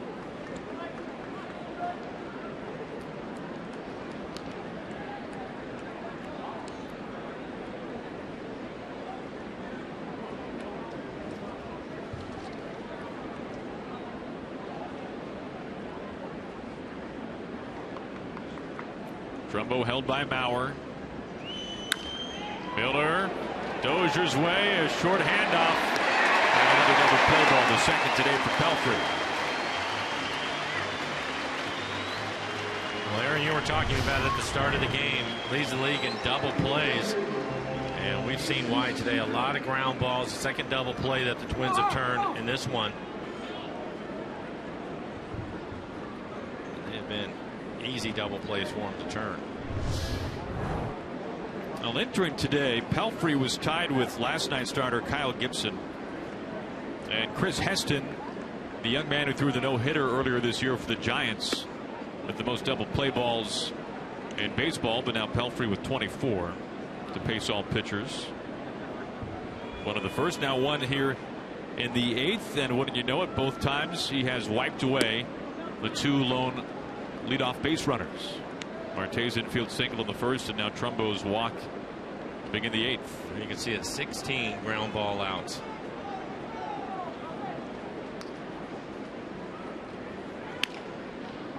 Two and 1 to Sucre.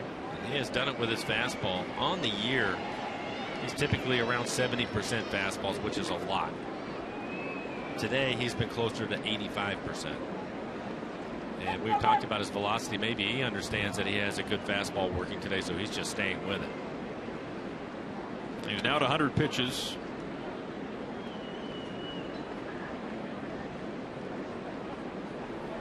And the clock ticking a little bit on Pelfrey at this point, just because of the pitch count.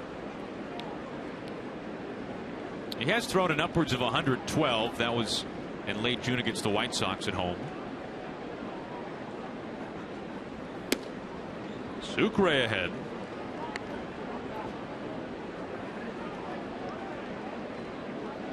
The Mariners just have not been able to get much of anything going against Pelfrey. Marte on deck with 3 hits.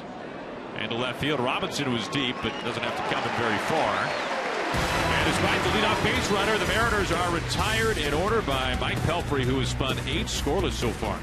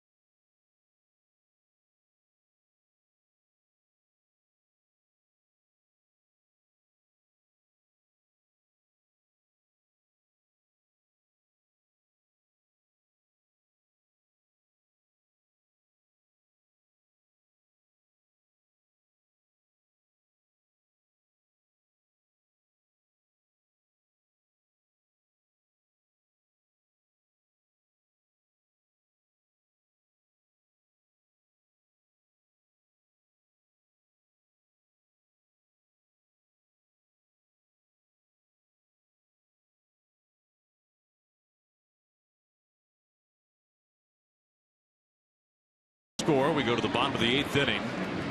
And this one has been a story of the starting pitchers. We'll take a look at what happens tomorrow when we get to Colorado. Our CenturyLink What's Next, as Felix takes the ball for the Mariners. Going up against Eddie Butler, a 3-game series. The day game to wrap it all up before an off day for the Mariners. And Mike, you can see the numbers here. Iwakuma's pitch count in fine shape as we go to the 8th. Oh, he's in great shape, giving up just 1 hit. And a number of innings where he's been at 10 pitches or less.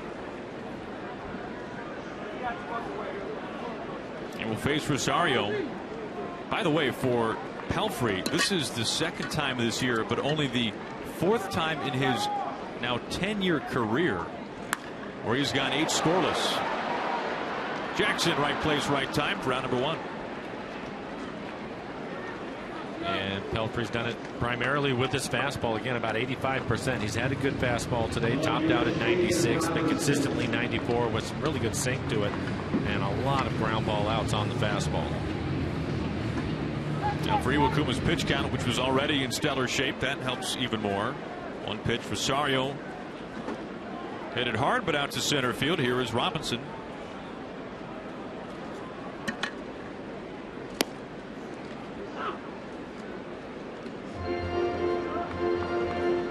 You know, Mike, when we think about all the strikes that Iwakuma has thrown in this one today, it makes you think a little bit about game 1 of this series and the starter for the Twins and Phil Hughes, who has been the master at first pitch strikes, even dating back to last year. Nearly 3/4 of his initial pitch to a batter is a strike, and yet Hughes has been hit around. He was hit around in game 1. Iwakuma throwing as many, if not more, strikes, and they can barely touch him. Well, I think there's a couple of things. This ground ball goes out to Brad out to get rid of it in a hurry.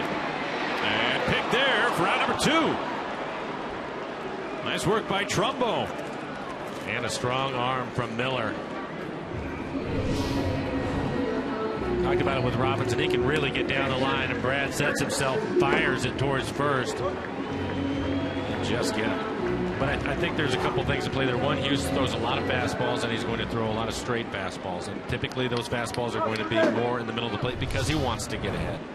And so hitters that are going to be aggressive are going to be able to take advantage of that. Well, we've seen from Iwakuma today is his fastball, he's been able to locate it on the corners, but more importantly, he's been able to use his curveball and his slider to get strikes too early in the count. To Seager near the line.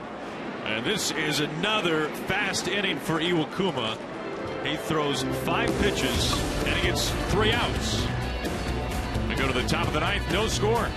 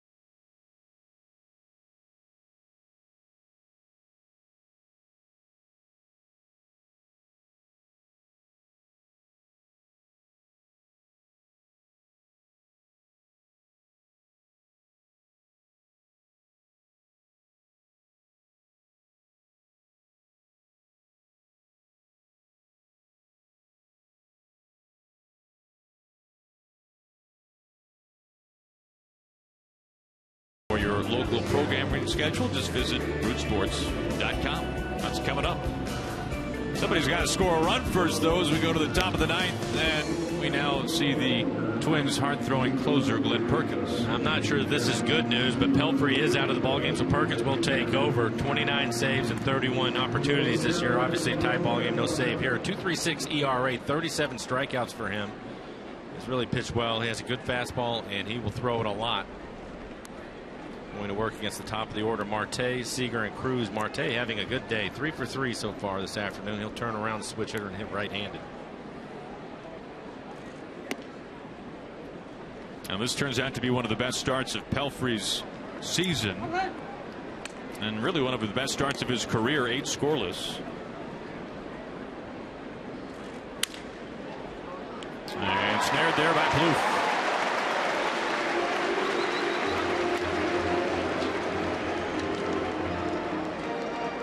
First time Marte has been retired, and it brings in Kyle Seager.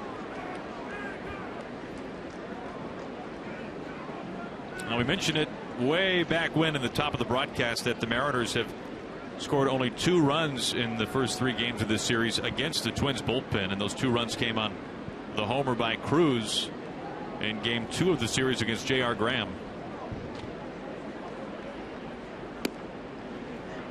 The bullpen for the Twins was a point of a little bit of concern for Minnesota, at least enough that they went out at the deadline, and their general manager Terry Ryan picked up a new arm, Kevin Jepson. We've seen him with the Angels plenty in recent years, this year with Tampa Bay until the trade.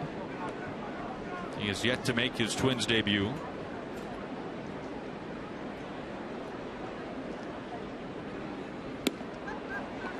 One and 2.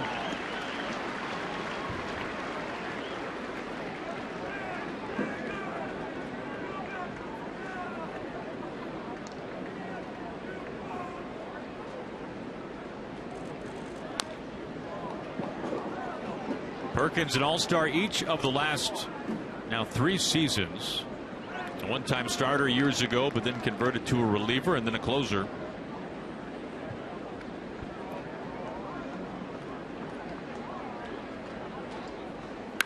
Seager on the ground to Escobar.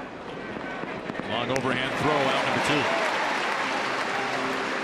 And we'll take a look at what Mike Pelfrey did this afternoon. Pitched really well. 8 innings, 4 hits, did not give up a run, 1 walk, 3 strikeouts, 102 pitches, 63 of those for strikes.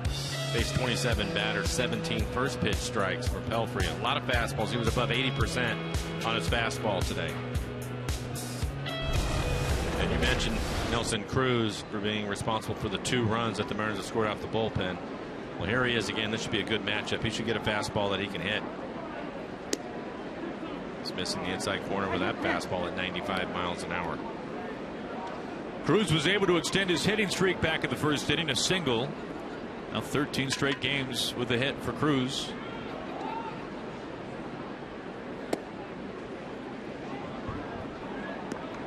Here we go.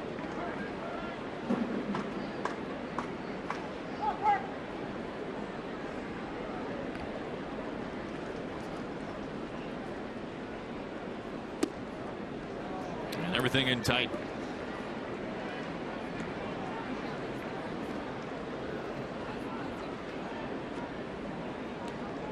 Cano on deck with 2 outs. Okay, here we go.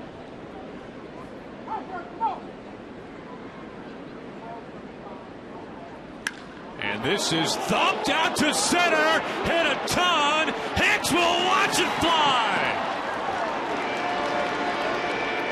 Nelson Cruz, his 3rd home run of the series, and he has given the Mariners a 1-0 lead with 2 outs in the top of the 9th inning. I love it. It's on a 3-0 pitch, and you mentioned it, the first 3 fastballs, all of them inside, being very careful. You know Nelson Cruz, now his 29th home run of the year, has the green light to swing 3-0. And Perkins, I thought he would try to come back in there again, makes a mistake, throws him a fastball middle in. And he hits this to dead center field. Looks like he hit the batter's eye out in center field. It does, about halfway up the batter's eye. Cano, a ground ball. Dozier can't get it.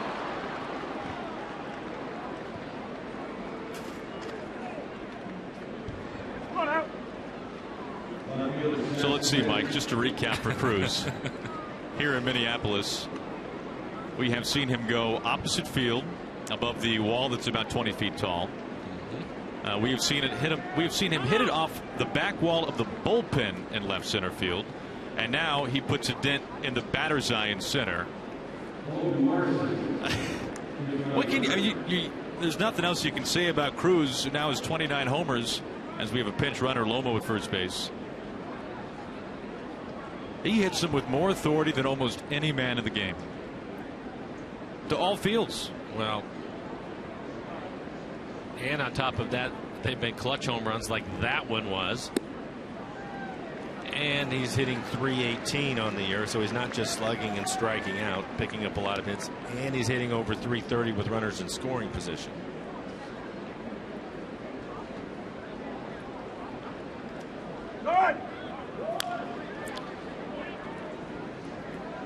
And you look at it in the 6th inning yesterday, he gave the Mariners the lead. It was a 1-1 ball game, and he mentioned the one that he hit in the back of the bullpen. That was a home run, the 28th, to give him the lead at that point. And now he does it again right here.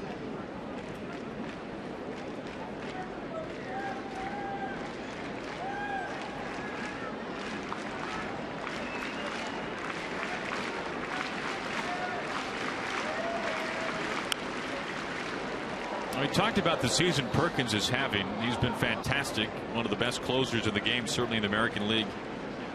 Look at the home runs that he has given up this year. 6 homers now. 3 have come in a tie game in the 9th, which is surprising for somebody who's had as much success as he has. And he gets Smith. So a runner left, but Nelson Cruz punishes the batter's eye in center field. We go to the bottom of the 9th. Mariners hanging on by a run.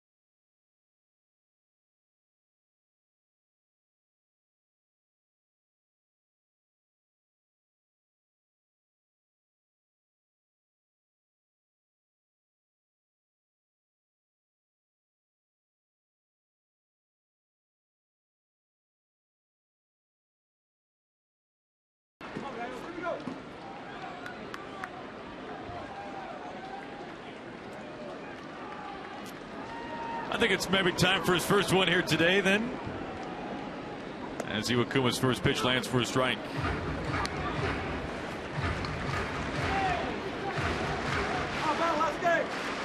Not even at 80 pitches.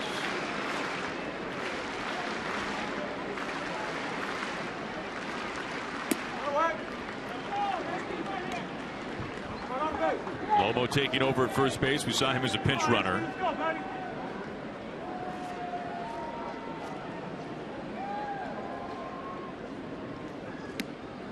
Gets him to make it a 1-2. There's the curve.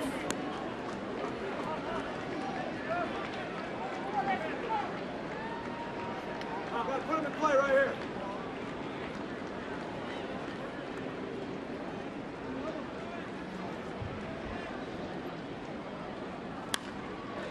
Right to the line, but Gene Glenn ducks and gets out of the way. Carson Smith has been getting loose in the pen, just in case. Still in shock that Perkins, with the series that Cruz is having, that Perkins threw him a strike. It's the one guy in this Mariners lineup, and he would be the one guy in most lineups that you say just stay completely away from him at all costs, especially in a scoreless or in a tied game. And the way that he has been hitting the ball in this series. It's amazing. Sometimes you see the really, really great ones, the good hitters in this league, Aaron, when they get hot, they typically aren't going to get a lot of pitches to hit, and when they get them, they're not going to miss them, and that's been the case in this series with Cruz. It's been remarkable.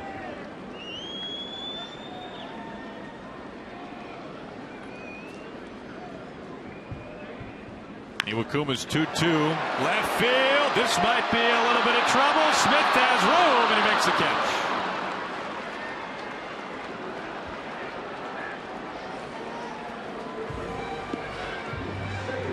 Deep out number one.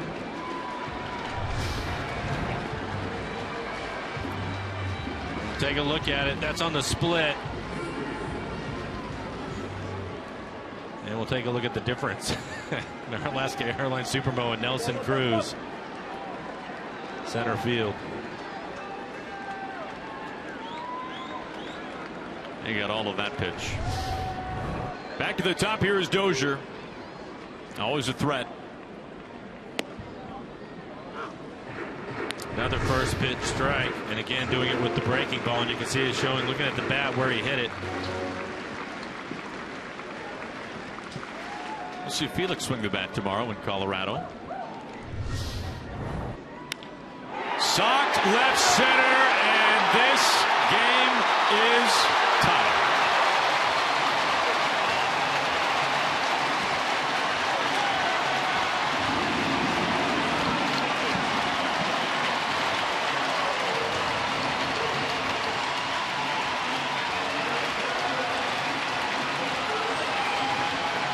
In 6 starts against the Twins, that's the first earned run he has given up.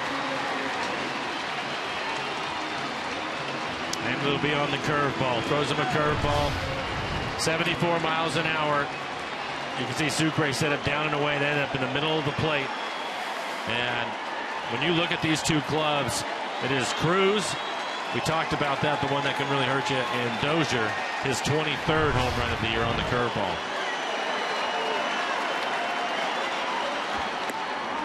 Strike one to Hicks.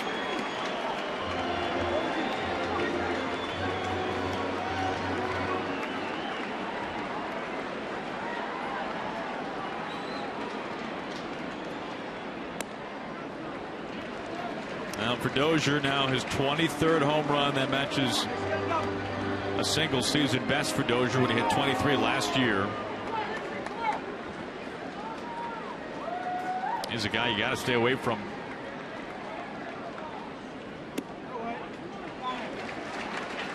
Well, we saw Sucre before he threw the pitch. He had his glove as low to the ground as you could possibly get it, just off the outside corner. Unfortunately, Iwakuma didn't get it there.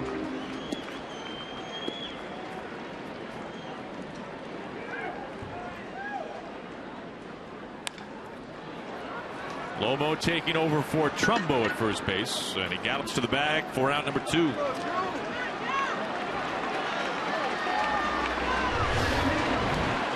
We'll take a look at the swing by Dozier again. Leadoff hitter, second baseman.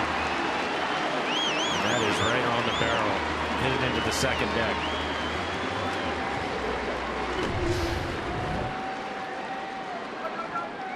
And that was a no-doubter. Tough series for Mauer. Iwakuma trying to keep it that way. More activity inside of the bullpen. Once again, Trevor May warming up for the Twins.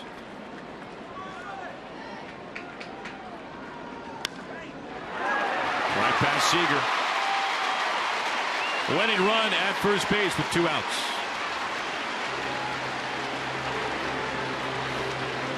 And Lloyd McClendon out of the dugout. And he's going to the bullpen. It'll be Carson Smith. Power hitter Miguel Sano due up next. So here is Carson Smith. We'll see him coming on. 2 outs. Winning run at first base. Bottom of the ninth for the Twins.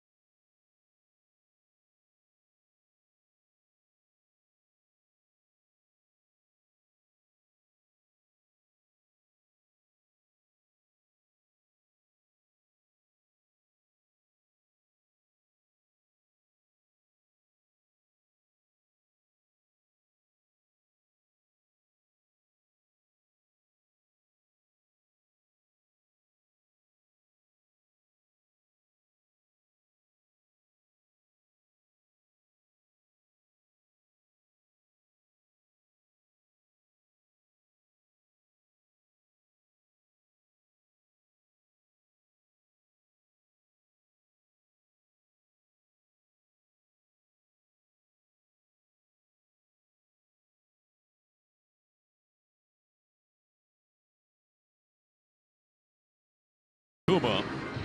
And the final line, an impressive final line, needless to say, Mike. Well, 8 2/3, 3 hits, 1 run that was earned, a solo homer, 1 walk in this game, and probably shouldn't have had a walk. 8 strikeouts, 91 pitches, 69 strikes. And he had everything working today. His command was excellent. That was a good split, locating his fastball. Had a good curveball slider combination going in this one. And 8 strikeouts, and also helped himself out with some defense. I think one of the more impressive things, though, 30 batters faced, 26 first pitch strikes.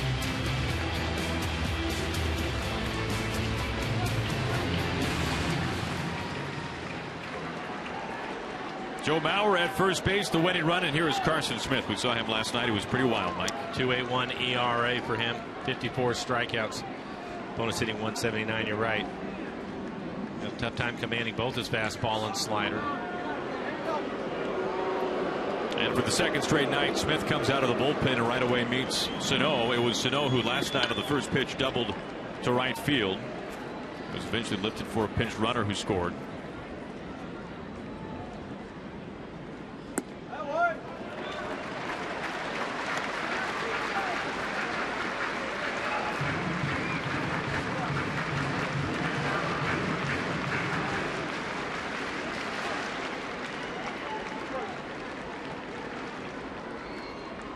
Two outs, winning run at first base. Trying to stay away from Sano, and it's 2-0. And 2 sliders, missed with both of them.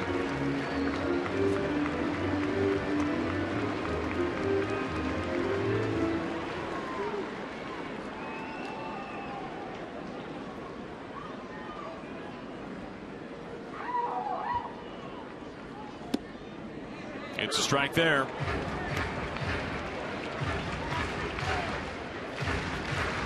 That home run for Dozier, snapping 41 2/3 consecutive innings for Iwakuma without giving up an earned run to the Twins.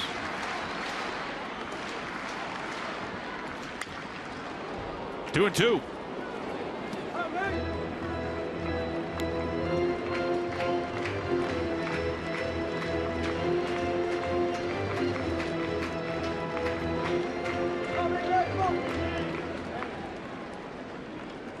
Carson a strike away from center, this one to the 10th.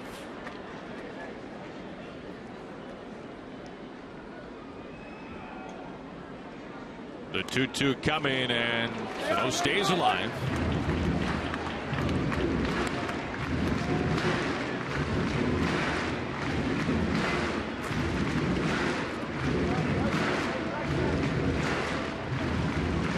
So far, just one fastball that was inside. He fouled it off. The rest of the pitch is sliders, 4 sliders.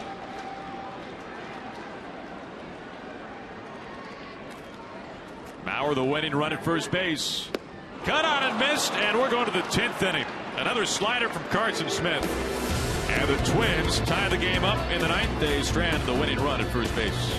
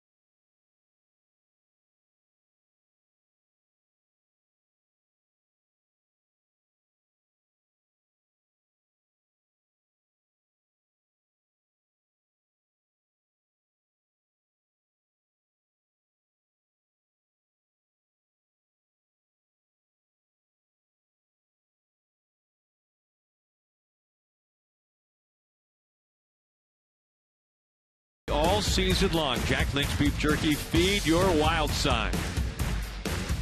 There in Minneapolis, we go to the 10th inning. This one was scoreless through 8, and then both sides swapping solo home runs in the 9th. Mike, as we take a look at our scoring summary from late in this ball game today, and it began with Nelson Cruz. He has been the hot hitter. What a series he's having. This is his 3rd home run of the series. That in the top of the 9th inning. Hit it off the batter's eye in dead center field. 29th home run for Cruz. But unfortunately, Dozier gets a curveball, 74. And you can see the location of it in the middle of the plate. And he hit it into the second deck. His 23rd home run for the leadoff hitter for the Twins.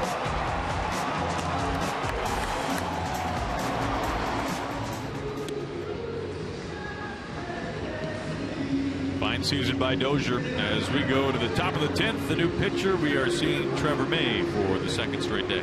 We watched him pitch in last night's ball game. He had a good fastball last night. He was at 95 miles an hour. Started the year in the rotation, now pitching out of the bullpen. 79 strikeouts, 20 walks at 90 2/3. 7-7 record overall, hitting .286. He's given up 8 home runs. He'll face Jackson, Lomo, and Miller.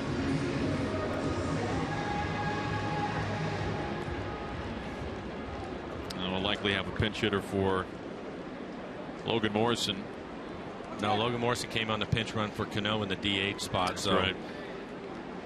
Mariners lose the DH spot. So Gutierrez has come out on deck. He will hit for Trumbo, in Trumbo's spot, I should say. So that's the moves. First pitch strike.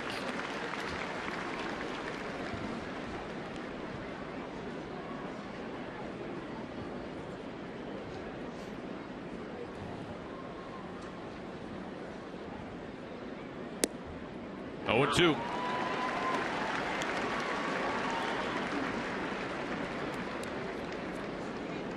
Goody on deck. 0-2 to Jackson.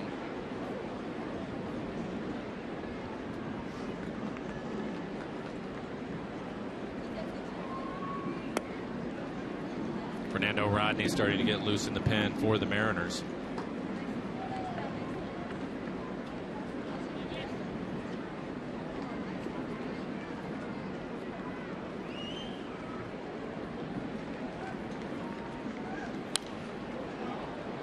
Still a ball and 2 strikes.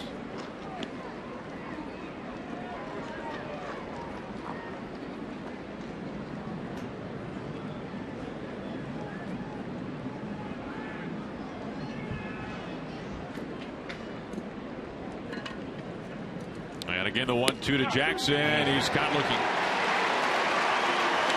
Borderline pitch there, a strike.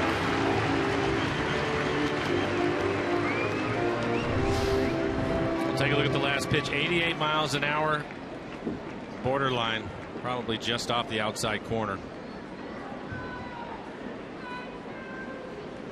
And now Gutierrez is called back into the dugout. It'll be Montero.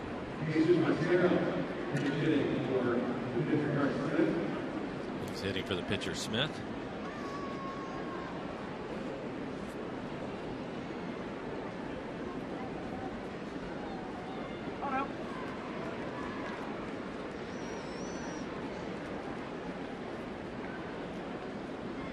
Montero got the start in last night's ball game, then ended up exiting. Took that knee off of his neck covering first base on a close play.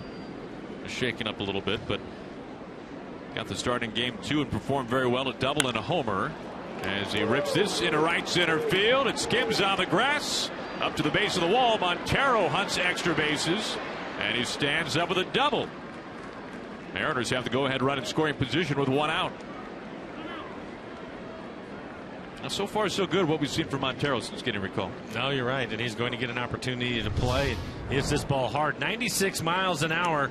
He lines it into the gap.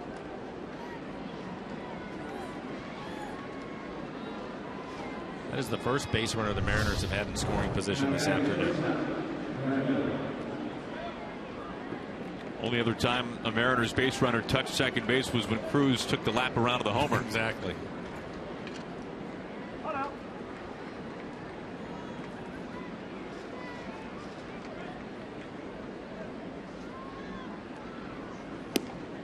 First pitch strike, swinging to Miller.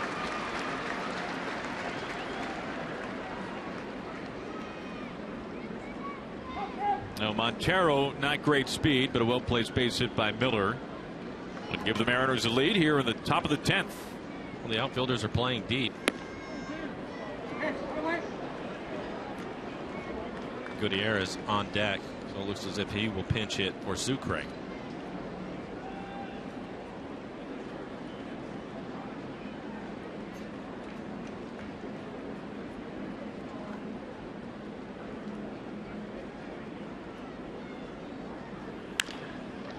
To Dozier. Montero advances into third base as Miller is out number 2. And it will be Franklin Gutierrez.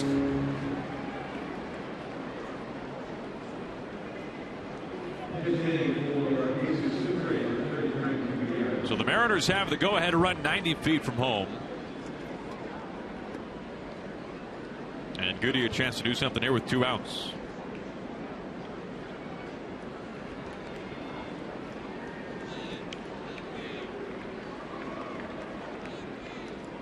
Franklin's had some clutch base hits lately for the Mariners. There's no question about that. Think about the grand slam in Detroit, the walk-off home run at home against the Blue Jays. 1 for 5 as a pinch hitter this year.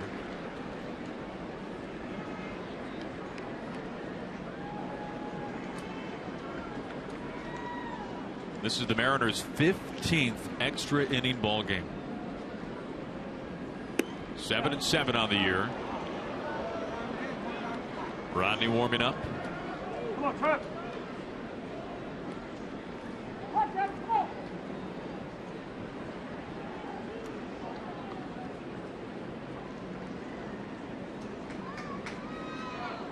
Montero the go-ahead run at third. 2 outs. 2-1. Go give in. Go.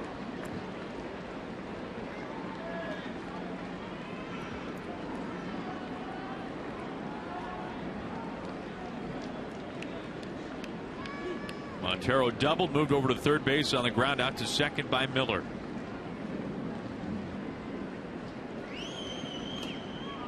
Trevor Mays 2-1, and it's 2-2. Boy, 97 up out of the strike zone by plenty. And that's a situation when, as a hitter, you're very sure, you're 95% sure you're going to get a fastball. He's throwing hard. That one at 97, as you mentioned, Aaron. And you start to cheat early trying to get to it. Unfortunately, that was up out of the zone. And that's a tough pitch to catch up to when it's up. You really have to try to get him down if you can. There he comes on 2-2, and strike 3 called. And that is a little high. And you know that's what Goody's thinking.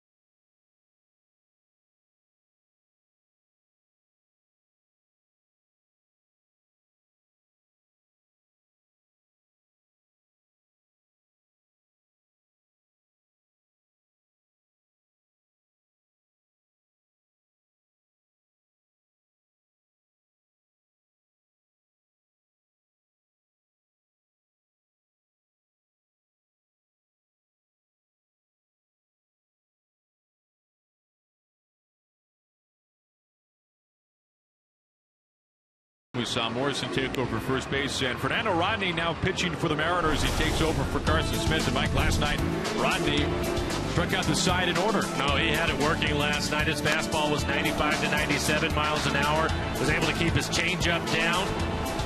Really did an excellent job of dominant stuff in last night's ball game. As in one inning he pitched against all 3 strikeouts, including Mauer, number 3 hitter for the Twins. So Fernando going to take over now.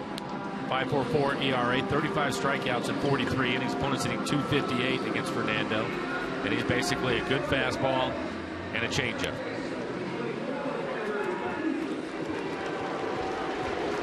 Looking at the Mariners lineup now, looks like Rodney will go in the number 9 spot, Zunino in the number 7 spot, and nothing left on the bench for Lloyd McClendon. He's used everybody. A little handcuffed at this point. There is Plouffe. 0 for 3 so far today.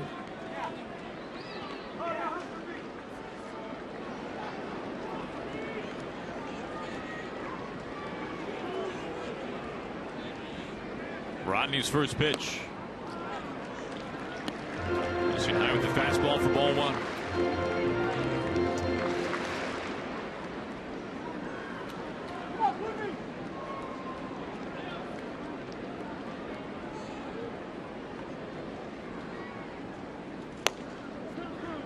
Now Plouffe, not a batter you can take lightly. 14 homers, 55 RBIs.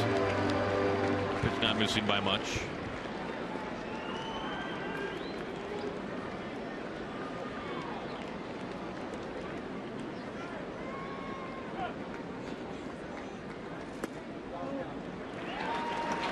And Rodney really falls behind 3-0.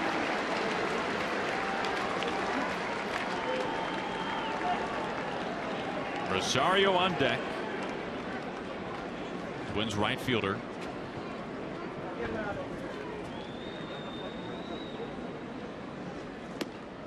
Four-pitch walk. Not how Rodney wanted to begin things. He puts the winning run on at first base. Nunez will pinch run for Plouffe.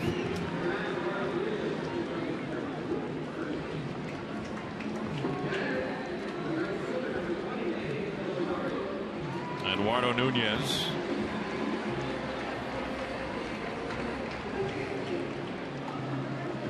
Rosario with 2 sacrifice bunts on the year.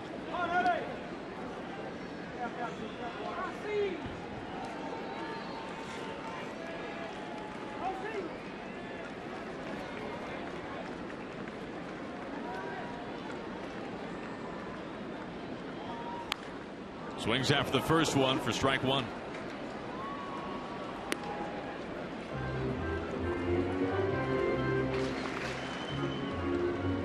Now the Mariners have played more one-run games than anybody in the American League, and this one is shaping up to potentially go down that path one way or another.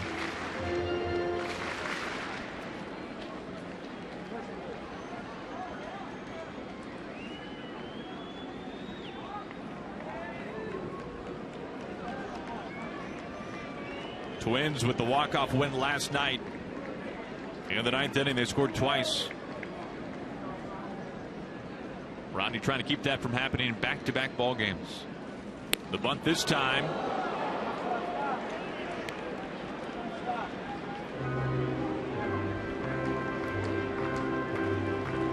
One ball and 1 strike.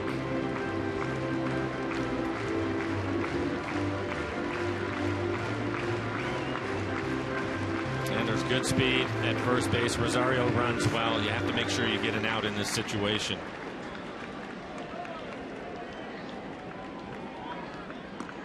Keeps an eye there. Now this game was scoreless through 8. There were 2 outs in the top of the 9th. Cruz had a 3-0 count. Perkins missed with a fastball, and Cruz made him pay with home run number 29.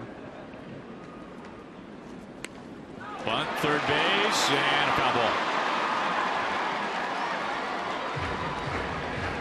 And then it was with 1 out in the bottom of the 9th inning that Brian Dozier clubbed home run number 23 on the season to tie it right up.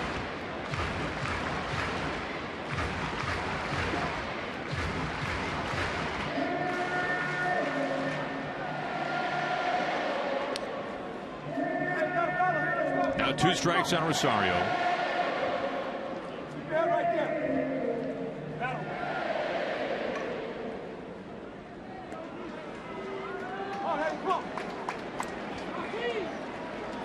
Taking his time to get back inside the box. Winning run at first. That's Nunez. Rodney's 1-2. Gets him swinging. He spins him around with the changeup. And a big out, number 1. Did not give in to him with the fastball. Stayed with the changeup. Good movement on that changeup as it ran off the outside corner. Now we're going to get Torrey Hunter. He's going to pinch hit for Robinson.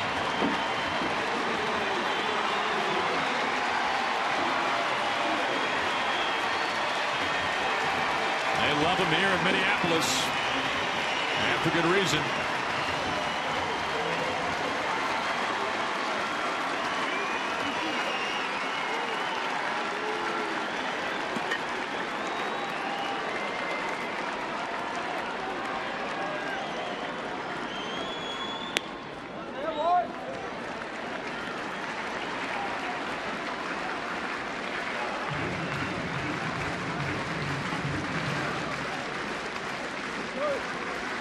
Nunez pinch running for Plouffe, who reached on a 4-pitch walk to begin this bottom of the 10th inning. 1-1.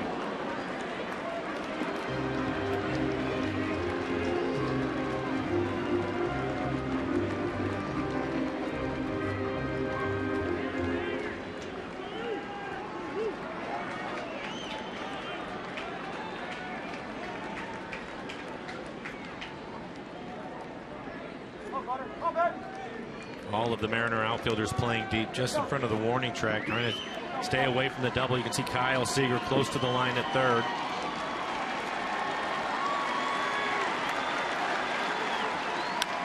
Back up the middle. Miller charges, clutches, and the throw on to first base in time to get Hunter. And with 2 outs, Nunez advances into second base. And we'll take a look at it. Chopper over the mound. Brad fields it cleanly, and right there, it's a little bit of extra time, but gets Hunter by a step.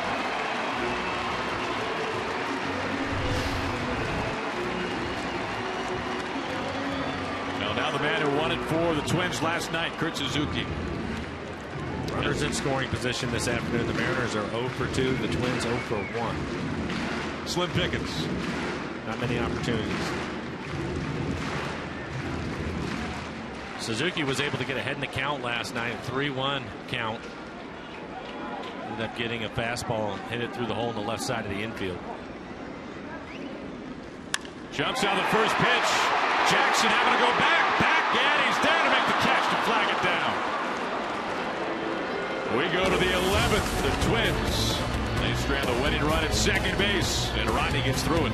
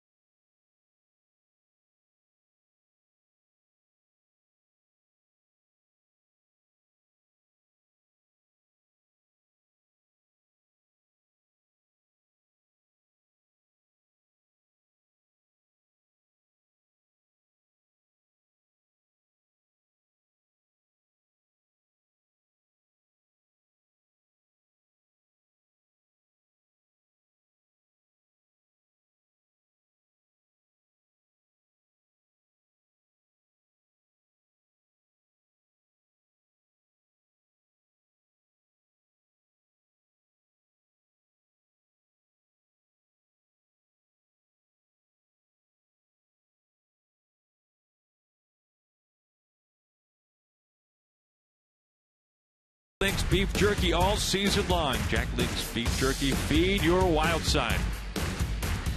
Look there at new U.S. Bank Stadium, future home of the Vikings.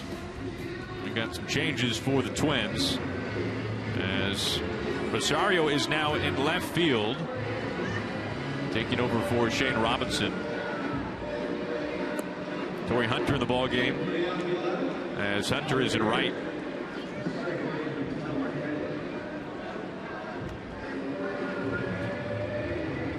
And a new pitcher up on the mound. It is Kevin Jepsen making his Twins debut, coming over deadline deal with the Rays.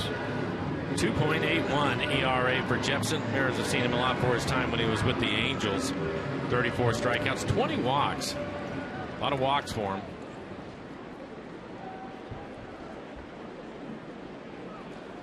Top of the order for the Mariners, it'll be Marte, Seager, and Cruz due up. Well,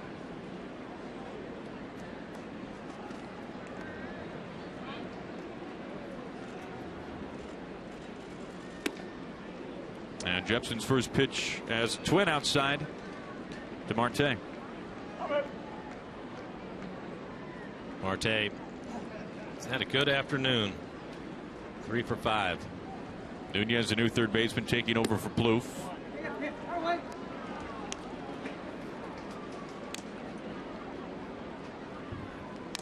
2-0.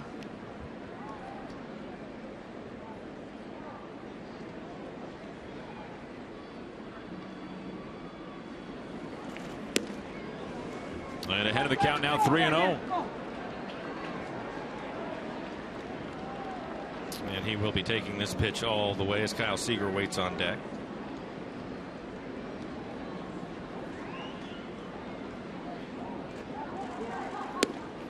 Looks at a strike.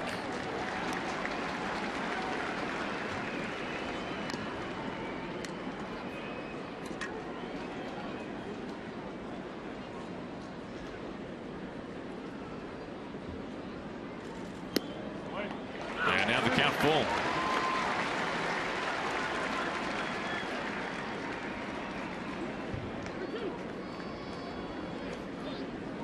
All tied at 1 here at the top of the 11th. Top 3 due up for the Mariners. And a leadoff walk. Some good speed at first base.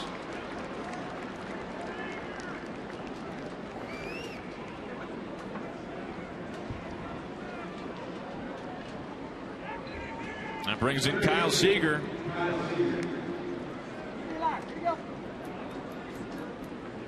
Only runs in this game. Solo home runs on both sides, both in the 9th inning. Cruz, the man on deck. Dozier for the Twins.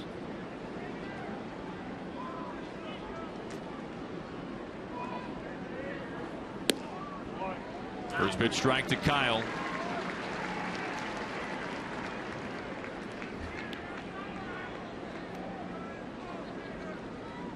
Jepsen has long been a back of the bullpen type guy, setup man. Many years with the Angels, former teammate with Torrey Hunter. There goes Marte, takes off into second, and he's safe. Escobar wants a replay. Well, Molitor's out of the dugout. Marte looking for the ball in the dirt. It really didn't get too far away from Suzuki, but as soon as he saw it going into the dirt, he took off. And we'll take a look at his slide. Really a fine play by Escobar to pick it.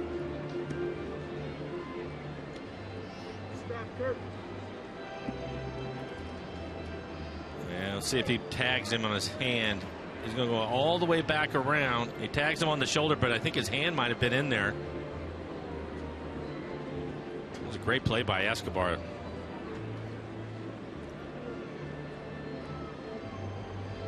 This would be a good look at our Alaska Airlines Supermo.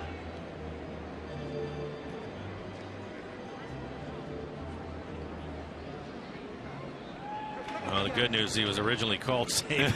Maybe. And they're going to take a look at it. Great camera angle there, guys. Yeah, good work. And then how about Marte coming all the way off the bag? Escobar, you can see his momentum continues to roll around. He didn't know it. But Marte was able to get back in there. If he had stayed with the play, he would have been out. He was just drifting in outer space. Yes. And was finally able to get back. What a great play by the shortstop. And an aggressive play by Marte. We saw some of his speed right there. Again, that ball was right out in front for Suzuki to pick up and fire down the second.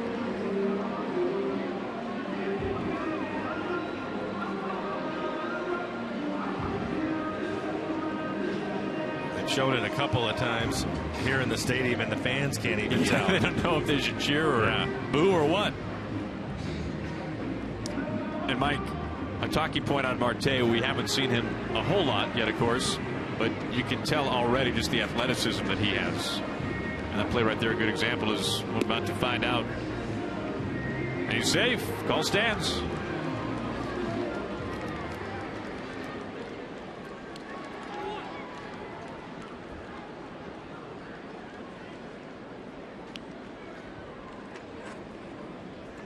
Ball to strike to Seager as the Mariners have the go-ahead run at second base. So that call confirmed.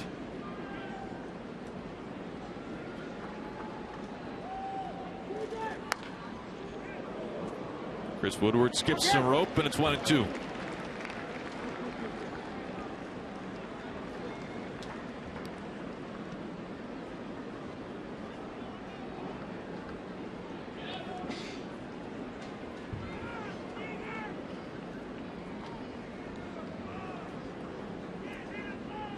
RBI chance for Seager with nobody out. Jepson's 1-2, and the count stays where it is.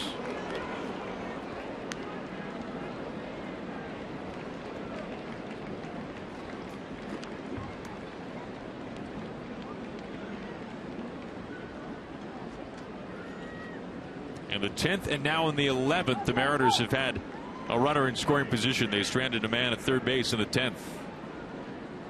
I've got Marte with great speed at second. And Suzuki stays with this. And you have Tom Wilhelmsen. So he's next up for the Mariners. He's ready to go out in the pen.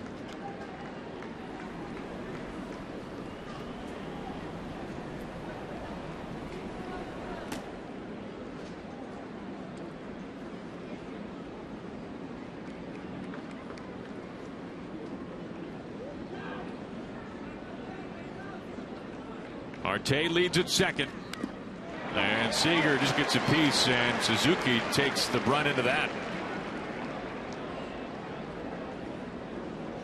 That did not look comfortable. There is a left-hander getting loose in the pen for the Twins. You have Nelson Cruz waiting on deck. Depending on how this at bat goes for Kyle. Dunson getting loose. Not sure that Molitor will pitch to Cruz anymore in this series. He may put him on and bring in the lefty. You have Logan Morrison, Seth Smith, a couple left-handed hitters due up after that. So we'll see what Molitor wants to do.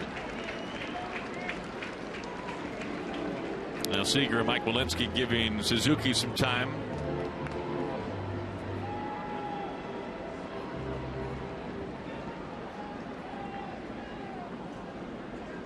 Marte. A walk and a wild pitch in scoring position. Nobody out, top of the 11th, all tied at 1.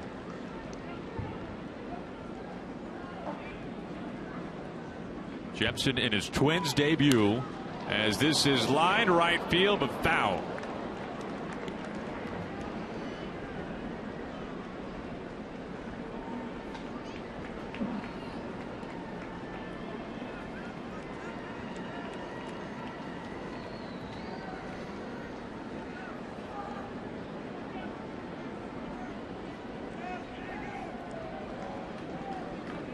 All set to do it again. Once more, the 2-2. Now, we talked earlier about the only runs the Mariners have scored off the bullpen have come from that man, Nelson Cruz. They've both been home runs. A 2-run shot, then a solo blast here in the 9th off of Perkins. Now facing the newest member of the Twins bullpen. Lengthy at bat here. Seager's made Jepsen work. Seager gets a piece, and Suzuki can't hold on. Pitch number 10 coming up. And Kyle's working hard in this at bat, fouling off a bunch of pitches, some good ones too. Take a look at this last one, running off the outside corner, just getting a piece of it.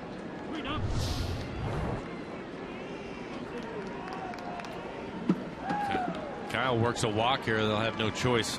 They'll have to pitch to Cruz.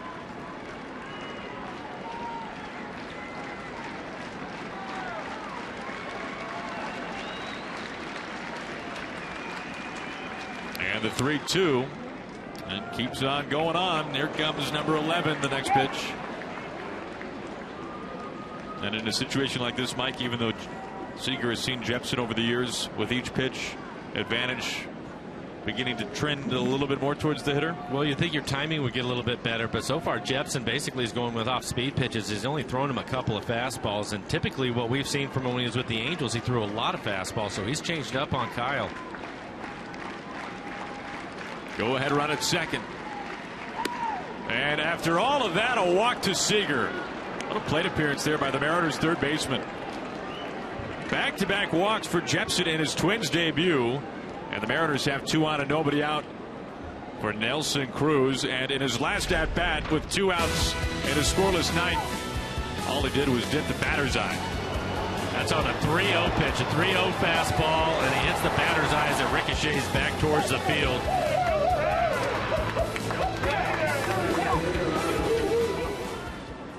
Cruz has homered in 3 games in a row.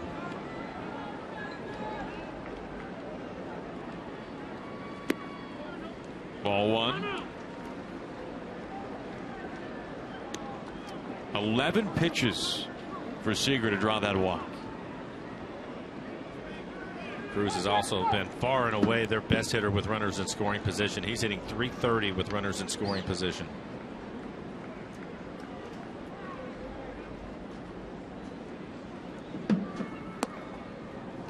And Nelson ahead 2-0. Here comes Suzuki.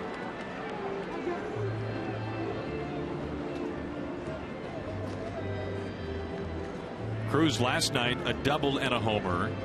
In game 2 of the series, 4 hits, a triple shy of the cycle.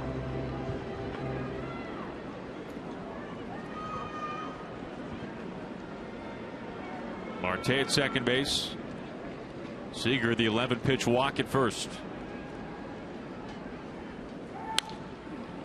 High pop-up foul.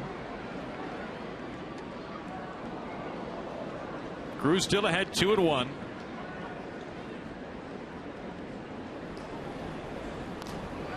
Dean and Dunsing getting loose in the pen for the Twins.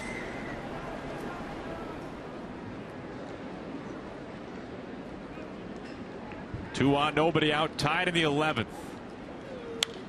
And this is lifted foul once again. Jepsen has battled back from a 2-0 count to make it 2-2 now on Cruz.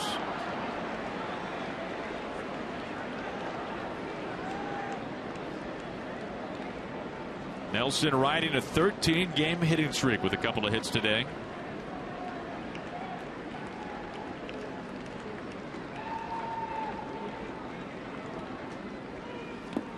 Full count.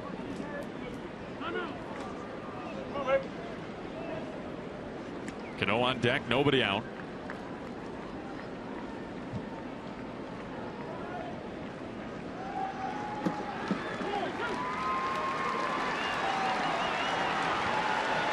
This will be the 23rd pitch from Jepsen.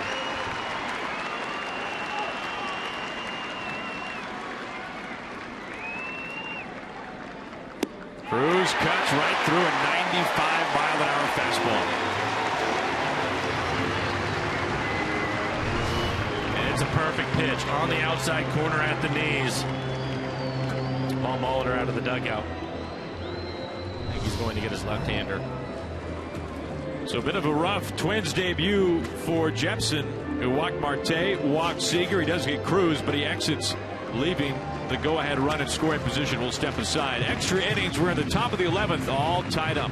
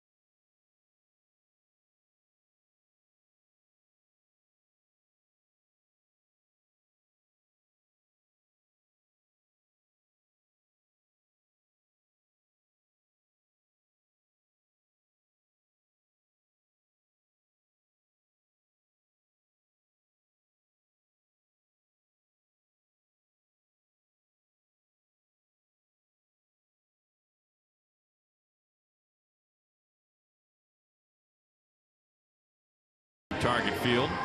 And tomorrow we'll take a look now at our CenturyLink What's Next, as Felix making his second straight start against a National League foe, facing the Colorado Rockies. Eddie Butler gets the ball for the Rockies at Coors Field.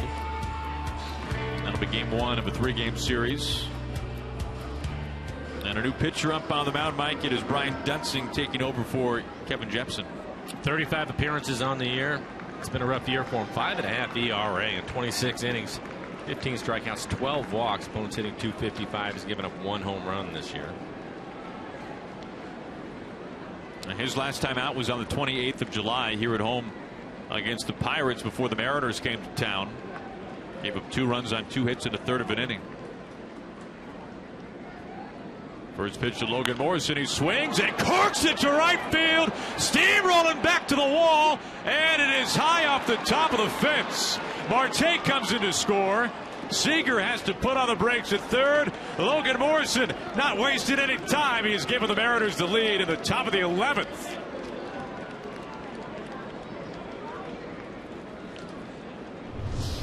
Looks like a first pitch breaking ball to Logan, just trying to steal a strike. That's exactly what it is.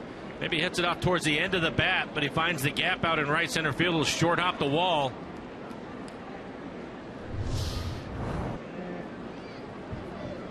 Now the Twins will bring their infield in. Seth Smith walking to the plate.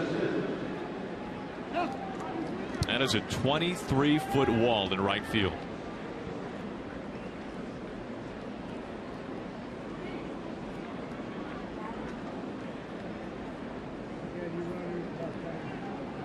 And they're going to put Seth on.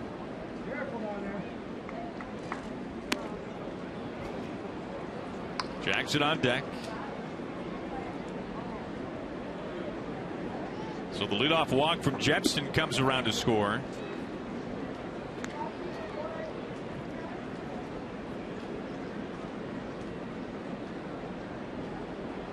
There comes the third pitch wide. Or not. Looks like the right-hander Casey Fiend getting loose in the pen for the Twins.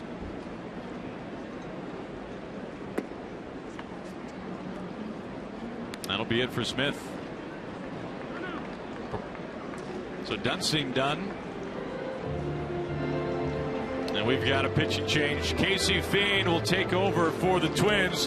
One big swing from Logan Morrison has given the Mariners the lead, still in business here in the 11th.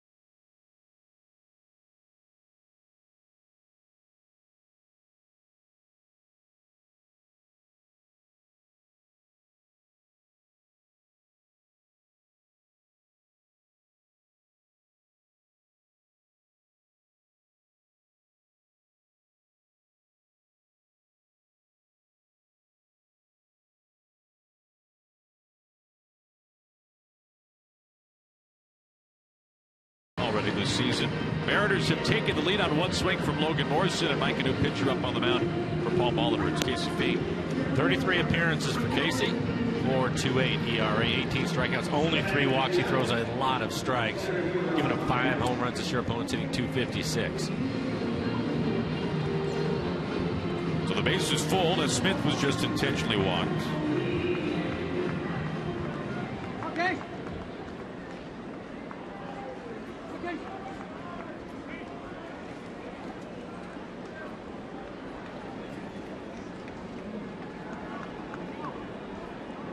Jackson looking for his first hit in this one today.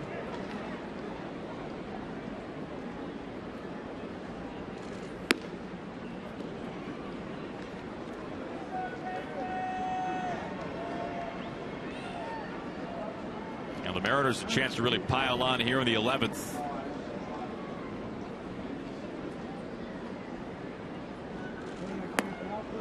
And ahead 2-0.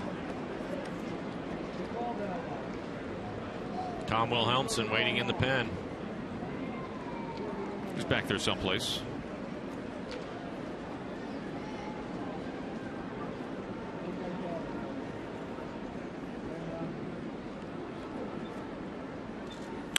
Line drive, left field, drops in, base hit. Mariners add on. Seager comes around. Logan Morrison play at the plate. He's safe. Suzuki can't hold on.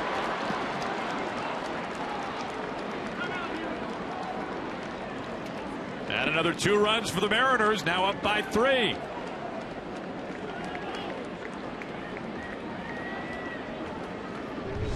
And the Mariners now 2 for 5 with runners in scoring position. And Austin Jackson doing right what you want to do. Getting a good count, 2-0, gets a fastball middle in and hits it hard into left field. Zero has a strong arm. I think if Suzuki hangs onto the ball, yeah, he would have been out, but he drops it.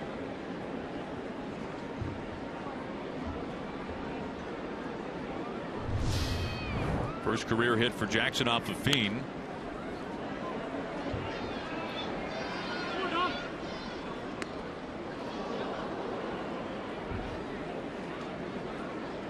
Jackson at first, Smith, who was intentionally walked at second base.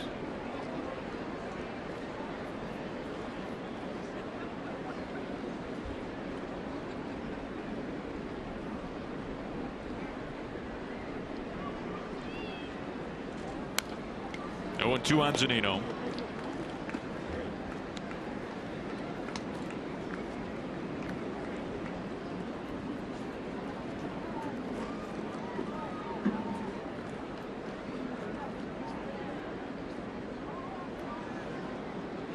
Zunino now the 7th batter of the Mariners' 11th inning. It all began with Marte drawing the walk.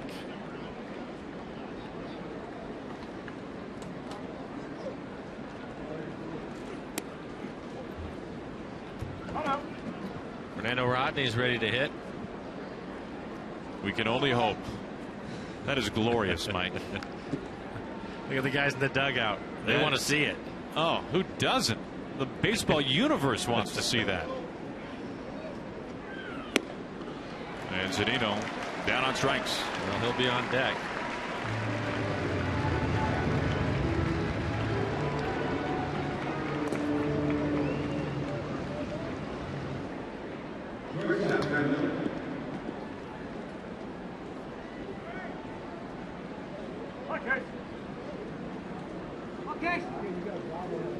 Nuno's come out on deck. Nothing against Nuno. I understand. A fine athlete, I'm sure. Rodney, you're breaking hearts. He looks disappointed. Miller, well, wouldn't have happened anyway. Right field, Hunter there. The Mariners cash in here in the 11th. They get 3 runs. And they've taken a 3-run lead as we go to the bottom of the 11th.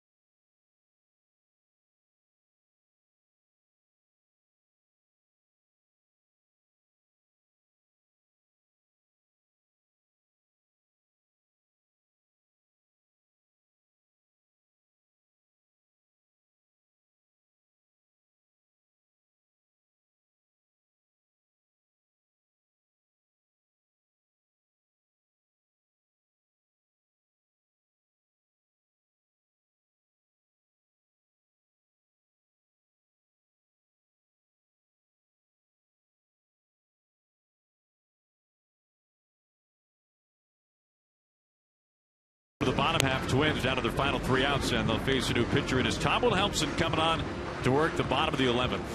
A 4.19 ERA for Tom. 35 strikeouts over 34 and a third. Bonus hitting .284. Good fastball. It'll be in the mid 90s. 12-6 curveball, changeup, also mix in a cutter.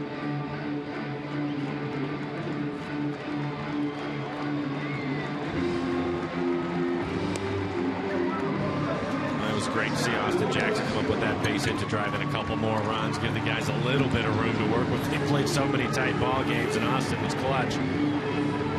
Solid line drive into left field. It was Lomo with the double to get things going. That brought in Marte, but Seager had to hold up at third base. But then Jackson brought in 2.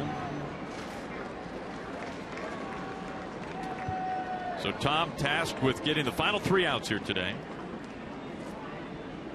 Escobar beginning the last of the 11th. Let's go. Both teams swapping solo home runs in a scoreless 9th to tie it up, and then the Mariners 3 runs here in the 11th inning. No play for Seager as Escobar makes a turn, and he's in at second base with a slide.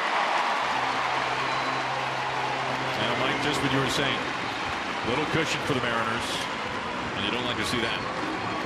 You don't, but again, that was such a big hit by Austin Jackson. Still okay.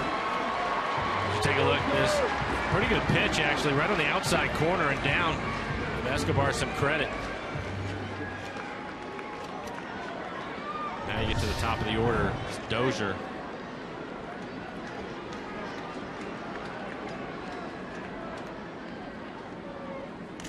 It was Dozier who tied it up with 1 out in the bottom of the 9th inning with his 23rd home run this season.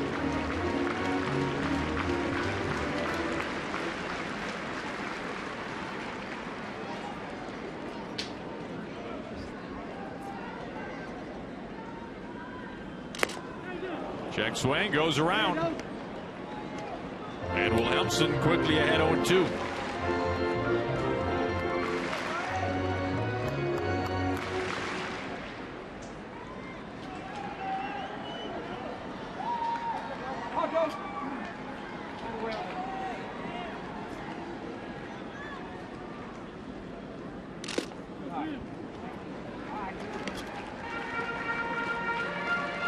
Missed with the curve.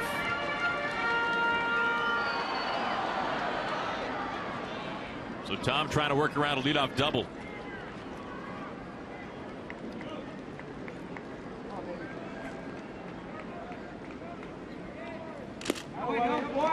Count evens up.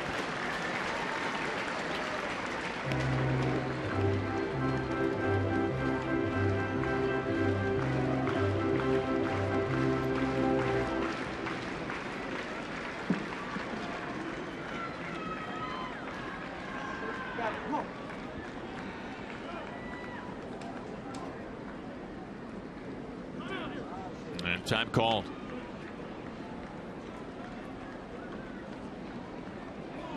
And Zunino's going to make a trip out to the mound.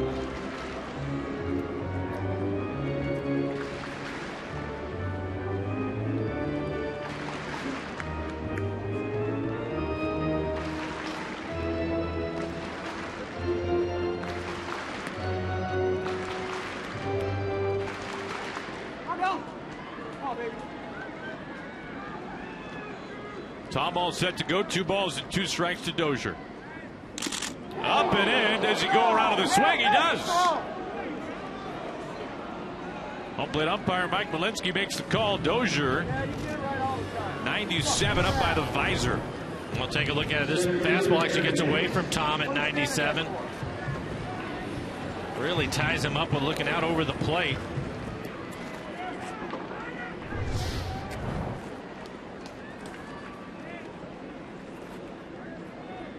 Malinsky gets that check swing right. 1 out. Escobar at second base, and Hicks looking at ball 1.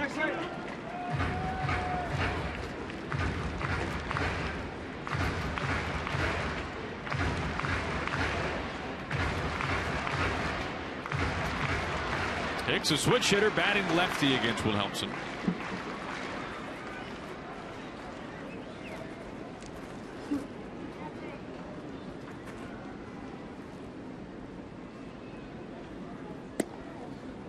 Drops in a strike there.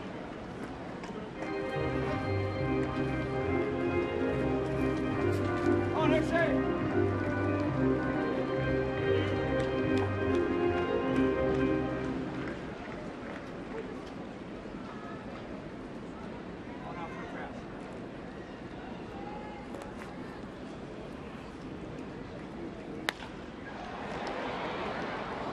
Mike, even though there was a collective sigh all back home in Seattle when Dozier hit that home run off of Iwakuma, this was a phenomenal start today from Musashi. I thought he was, I think it was his best start of the year, and I think it easily was. And the reason why is, again, 30 batters faced, 26 first pitch strikes, and able to use all of his pitches today. Just that one run over 8 2/3. He did not make many mistakes today. The curveball that was hit out, that ball was in the middle of the plate, wanted to get it down. Maybe a couple of fastballs along the way where he missed some location, but was able to get away with it. Outside of that, really good. The 2-2 to Hicks to right center. Cruz coming in. Out number 2. One left for the Twins. That'll bring in Joe Mauer. Well, this is the guy that you really want to get, because the man on deck, even though he doesn't have a lot of major league at bats, he has a lot of power, and Sano, the cleanup hitter for the Twins.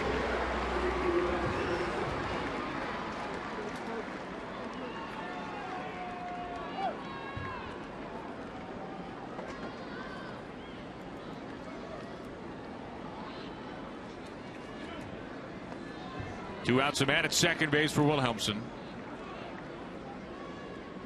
That's Escobar reached on the double.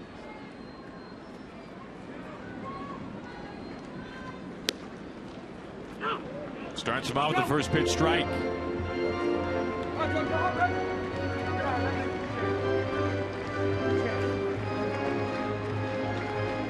Mauer, the final hope for the Twins here today, and not an easy at bat, and you can see Wilhelmsen has struggled this year against lefties.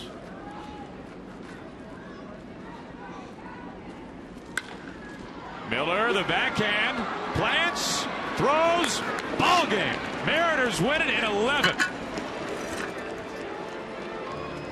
Cruz, the 9th inning homer, and then a 3-spot in the 11th. Iwakuma, fantastic, and it's nice to get out of Minneapolis with a split. No, you're absolutely right. They had to fight hard today, especially after the heartbreak of last night's ball game. But to come back, they needed Iwakuma to be sharp. He was excellent this afternoon. I really thought he pitched a great ball game. Outside of the one curveball, that was it. And then the bullpen doing their job today. Rodney throwing the ball extremely well. Tom Wilhelmsen coming out right now. But more importantly, how about Nelson Cruz and the series Nelson Cruz had? It was just off the charts, homering in 3 straight games, including the 9th inning of this one. But then Logan Morrison coming into the game late. It's the big hit in the gap to drive in the run to break the tie. And, of course, Austin Jackson a little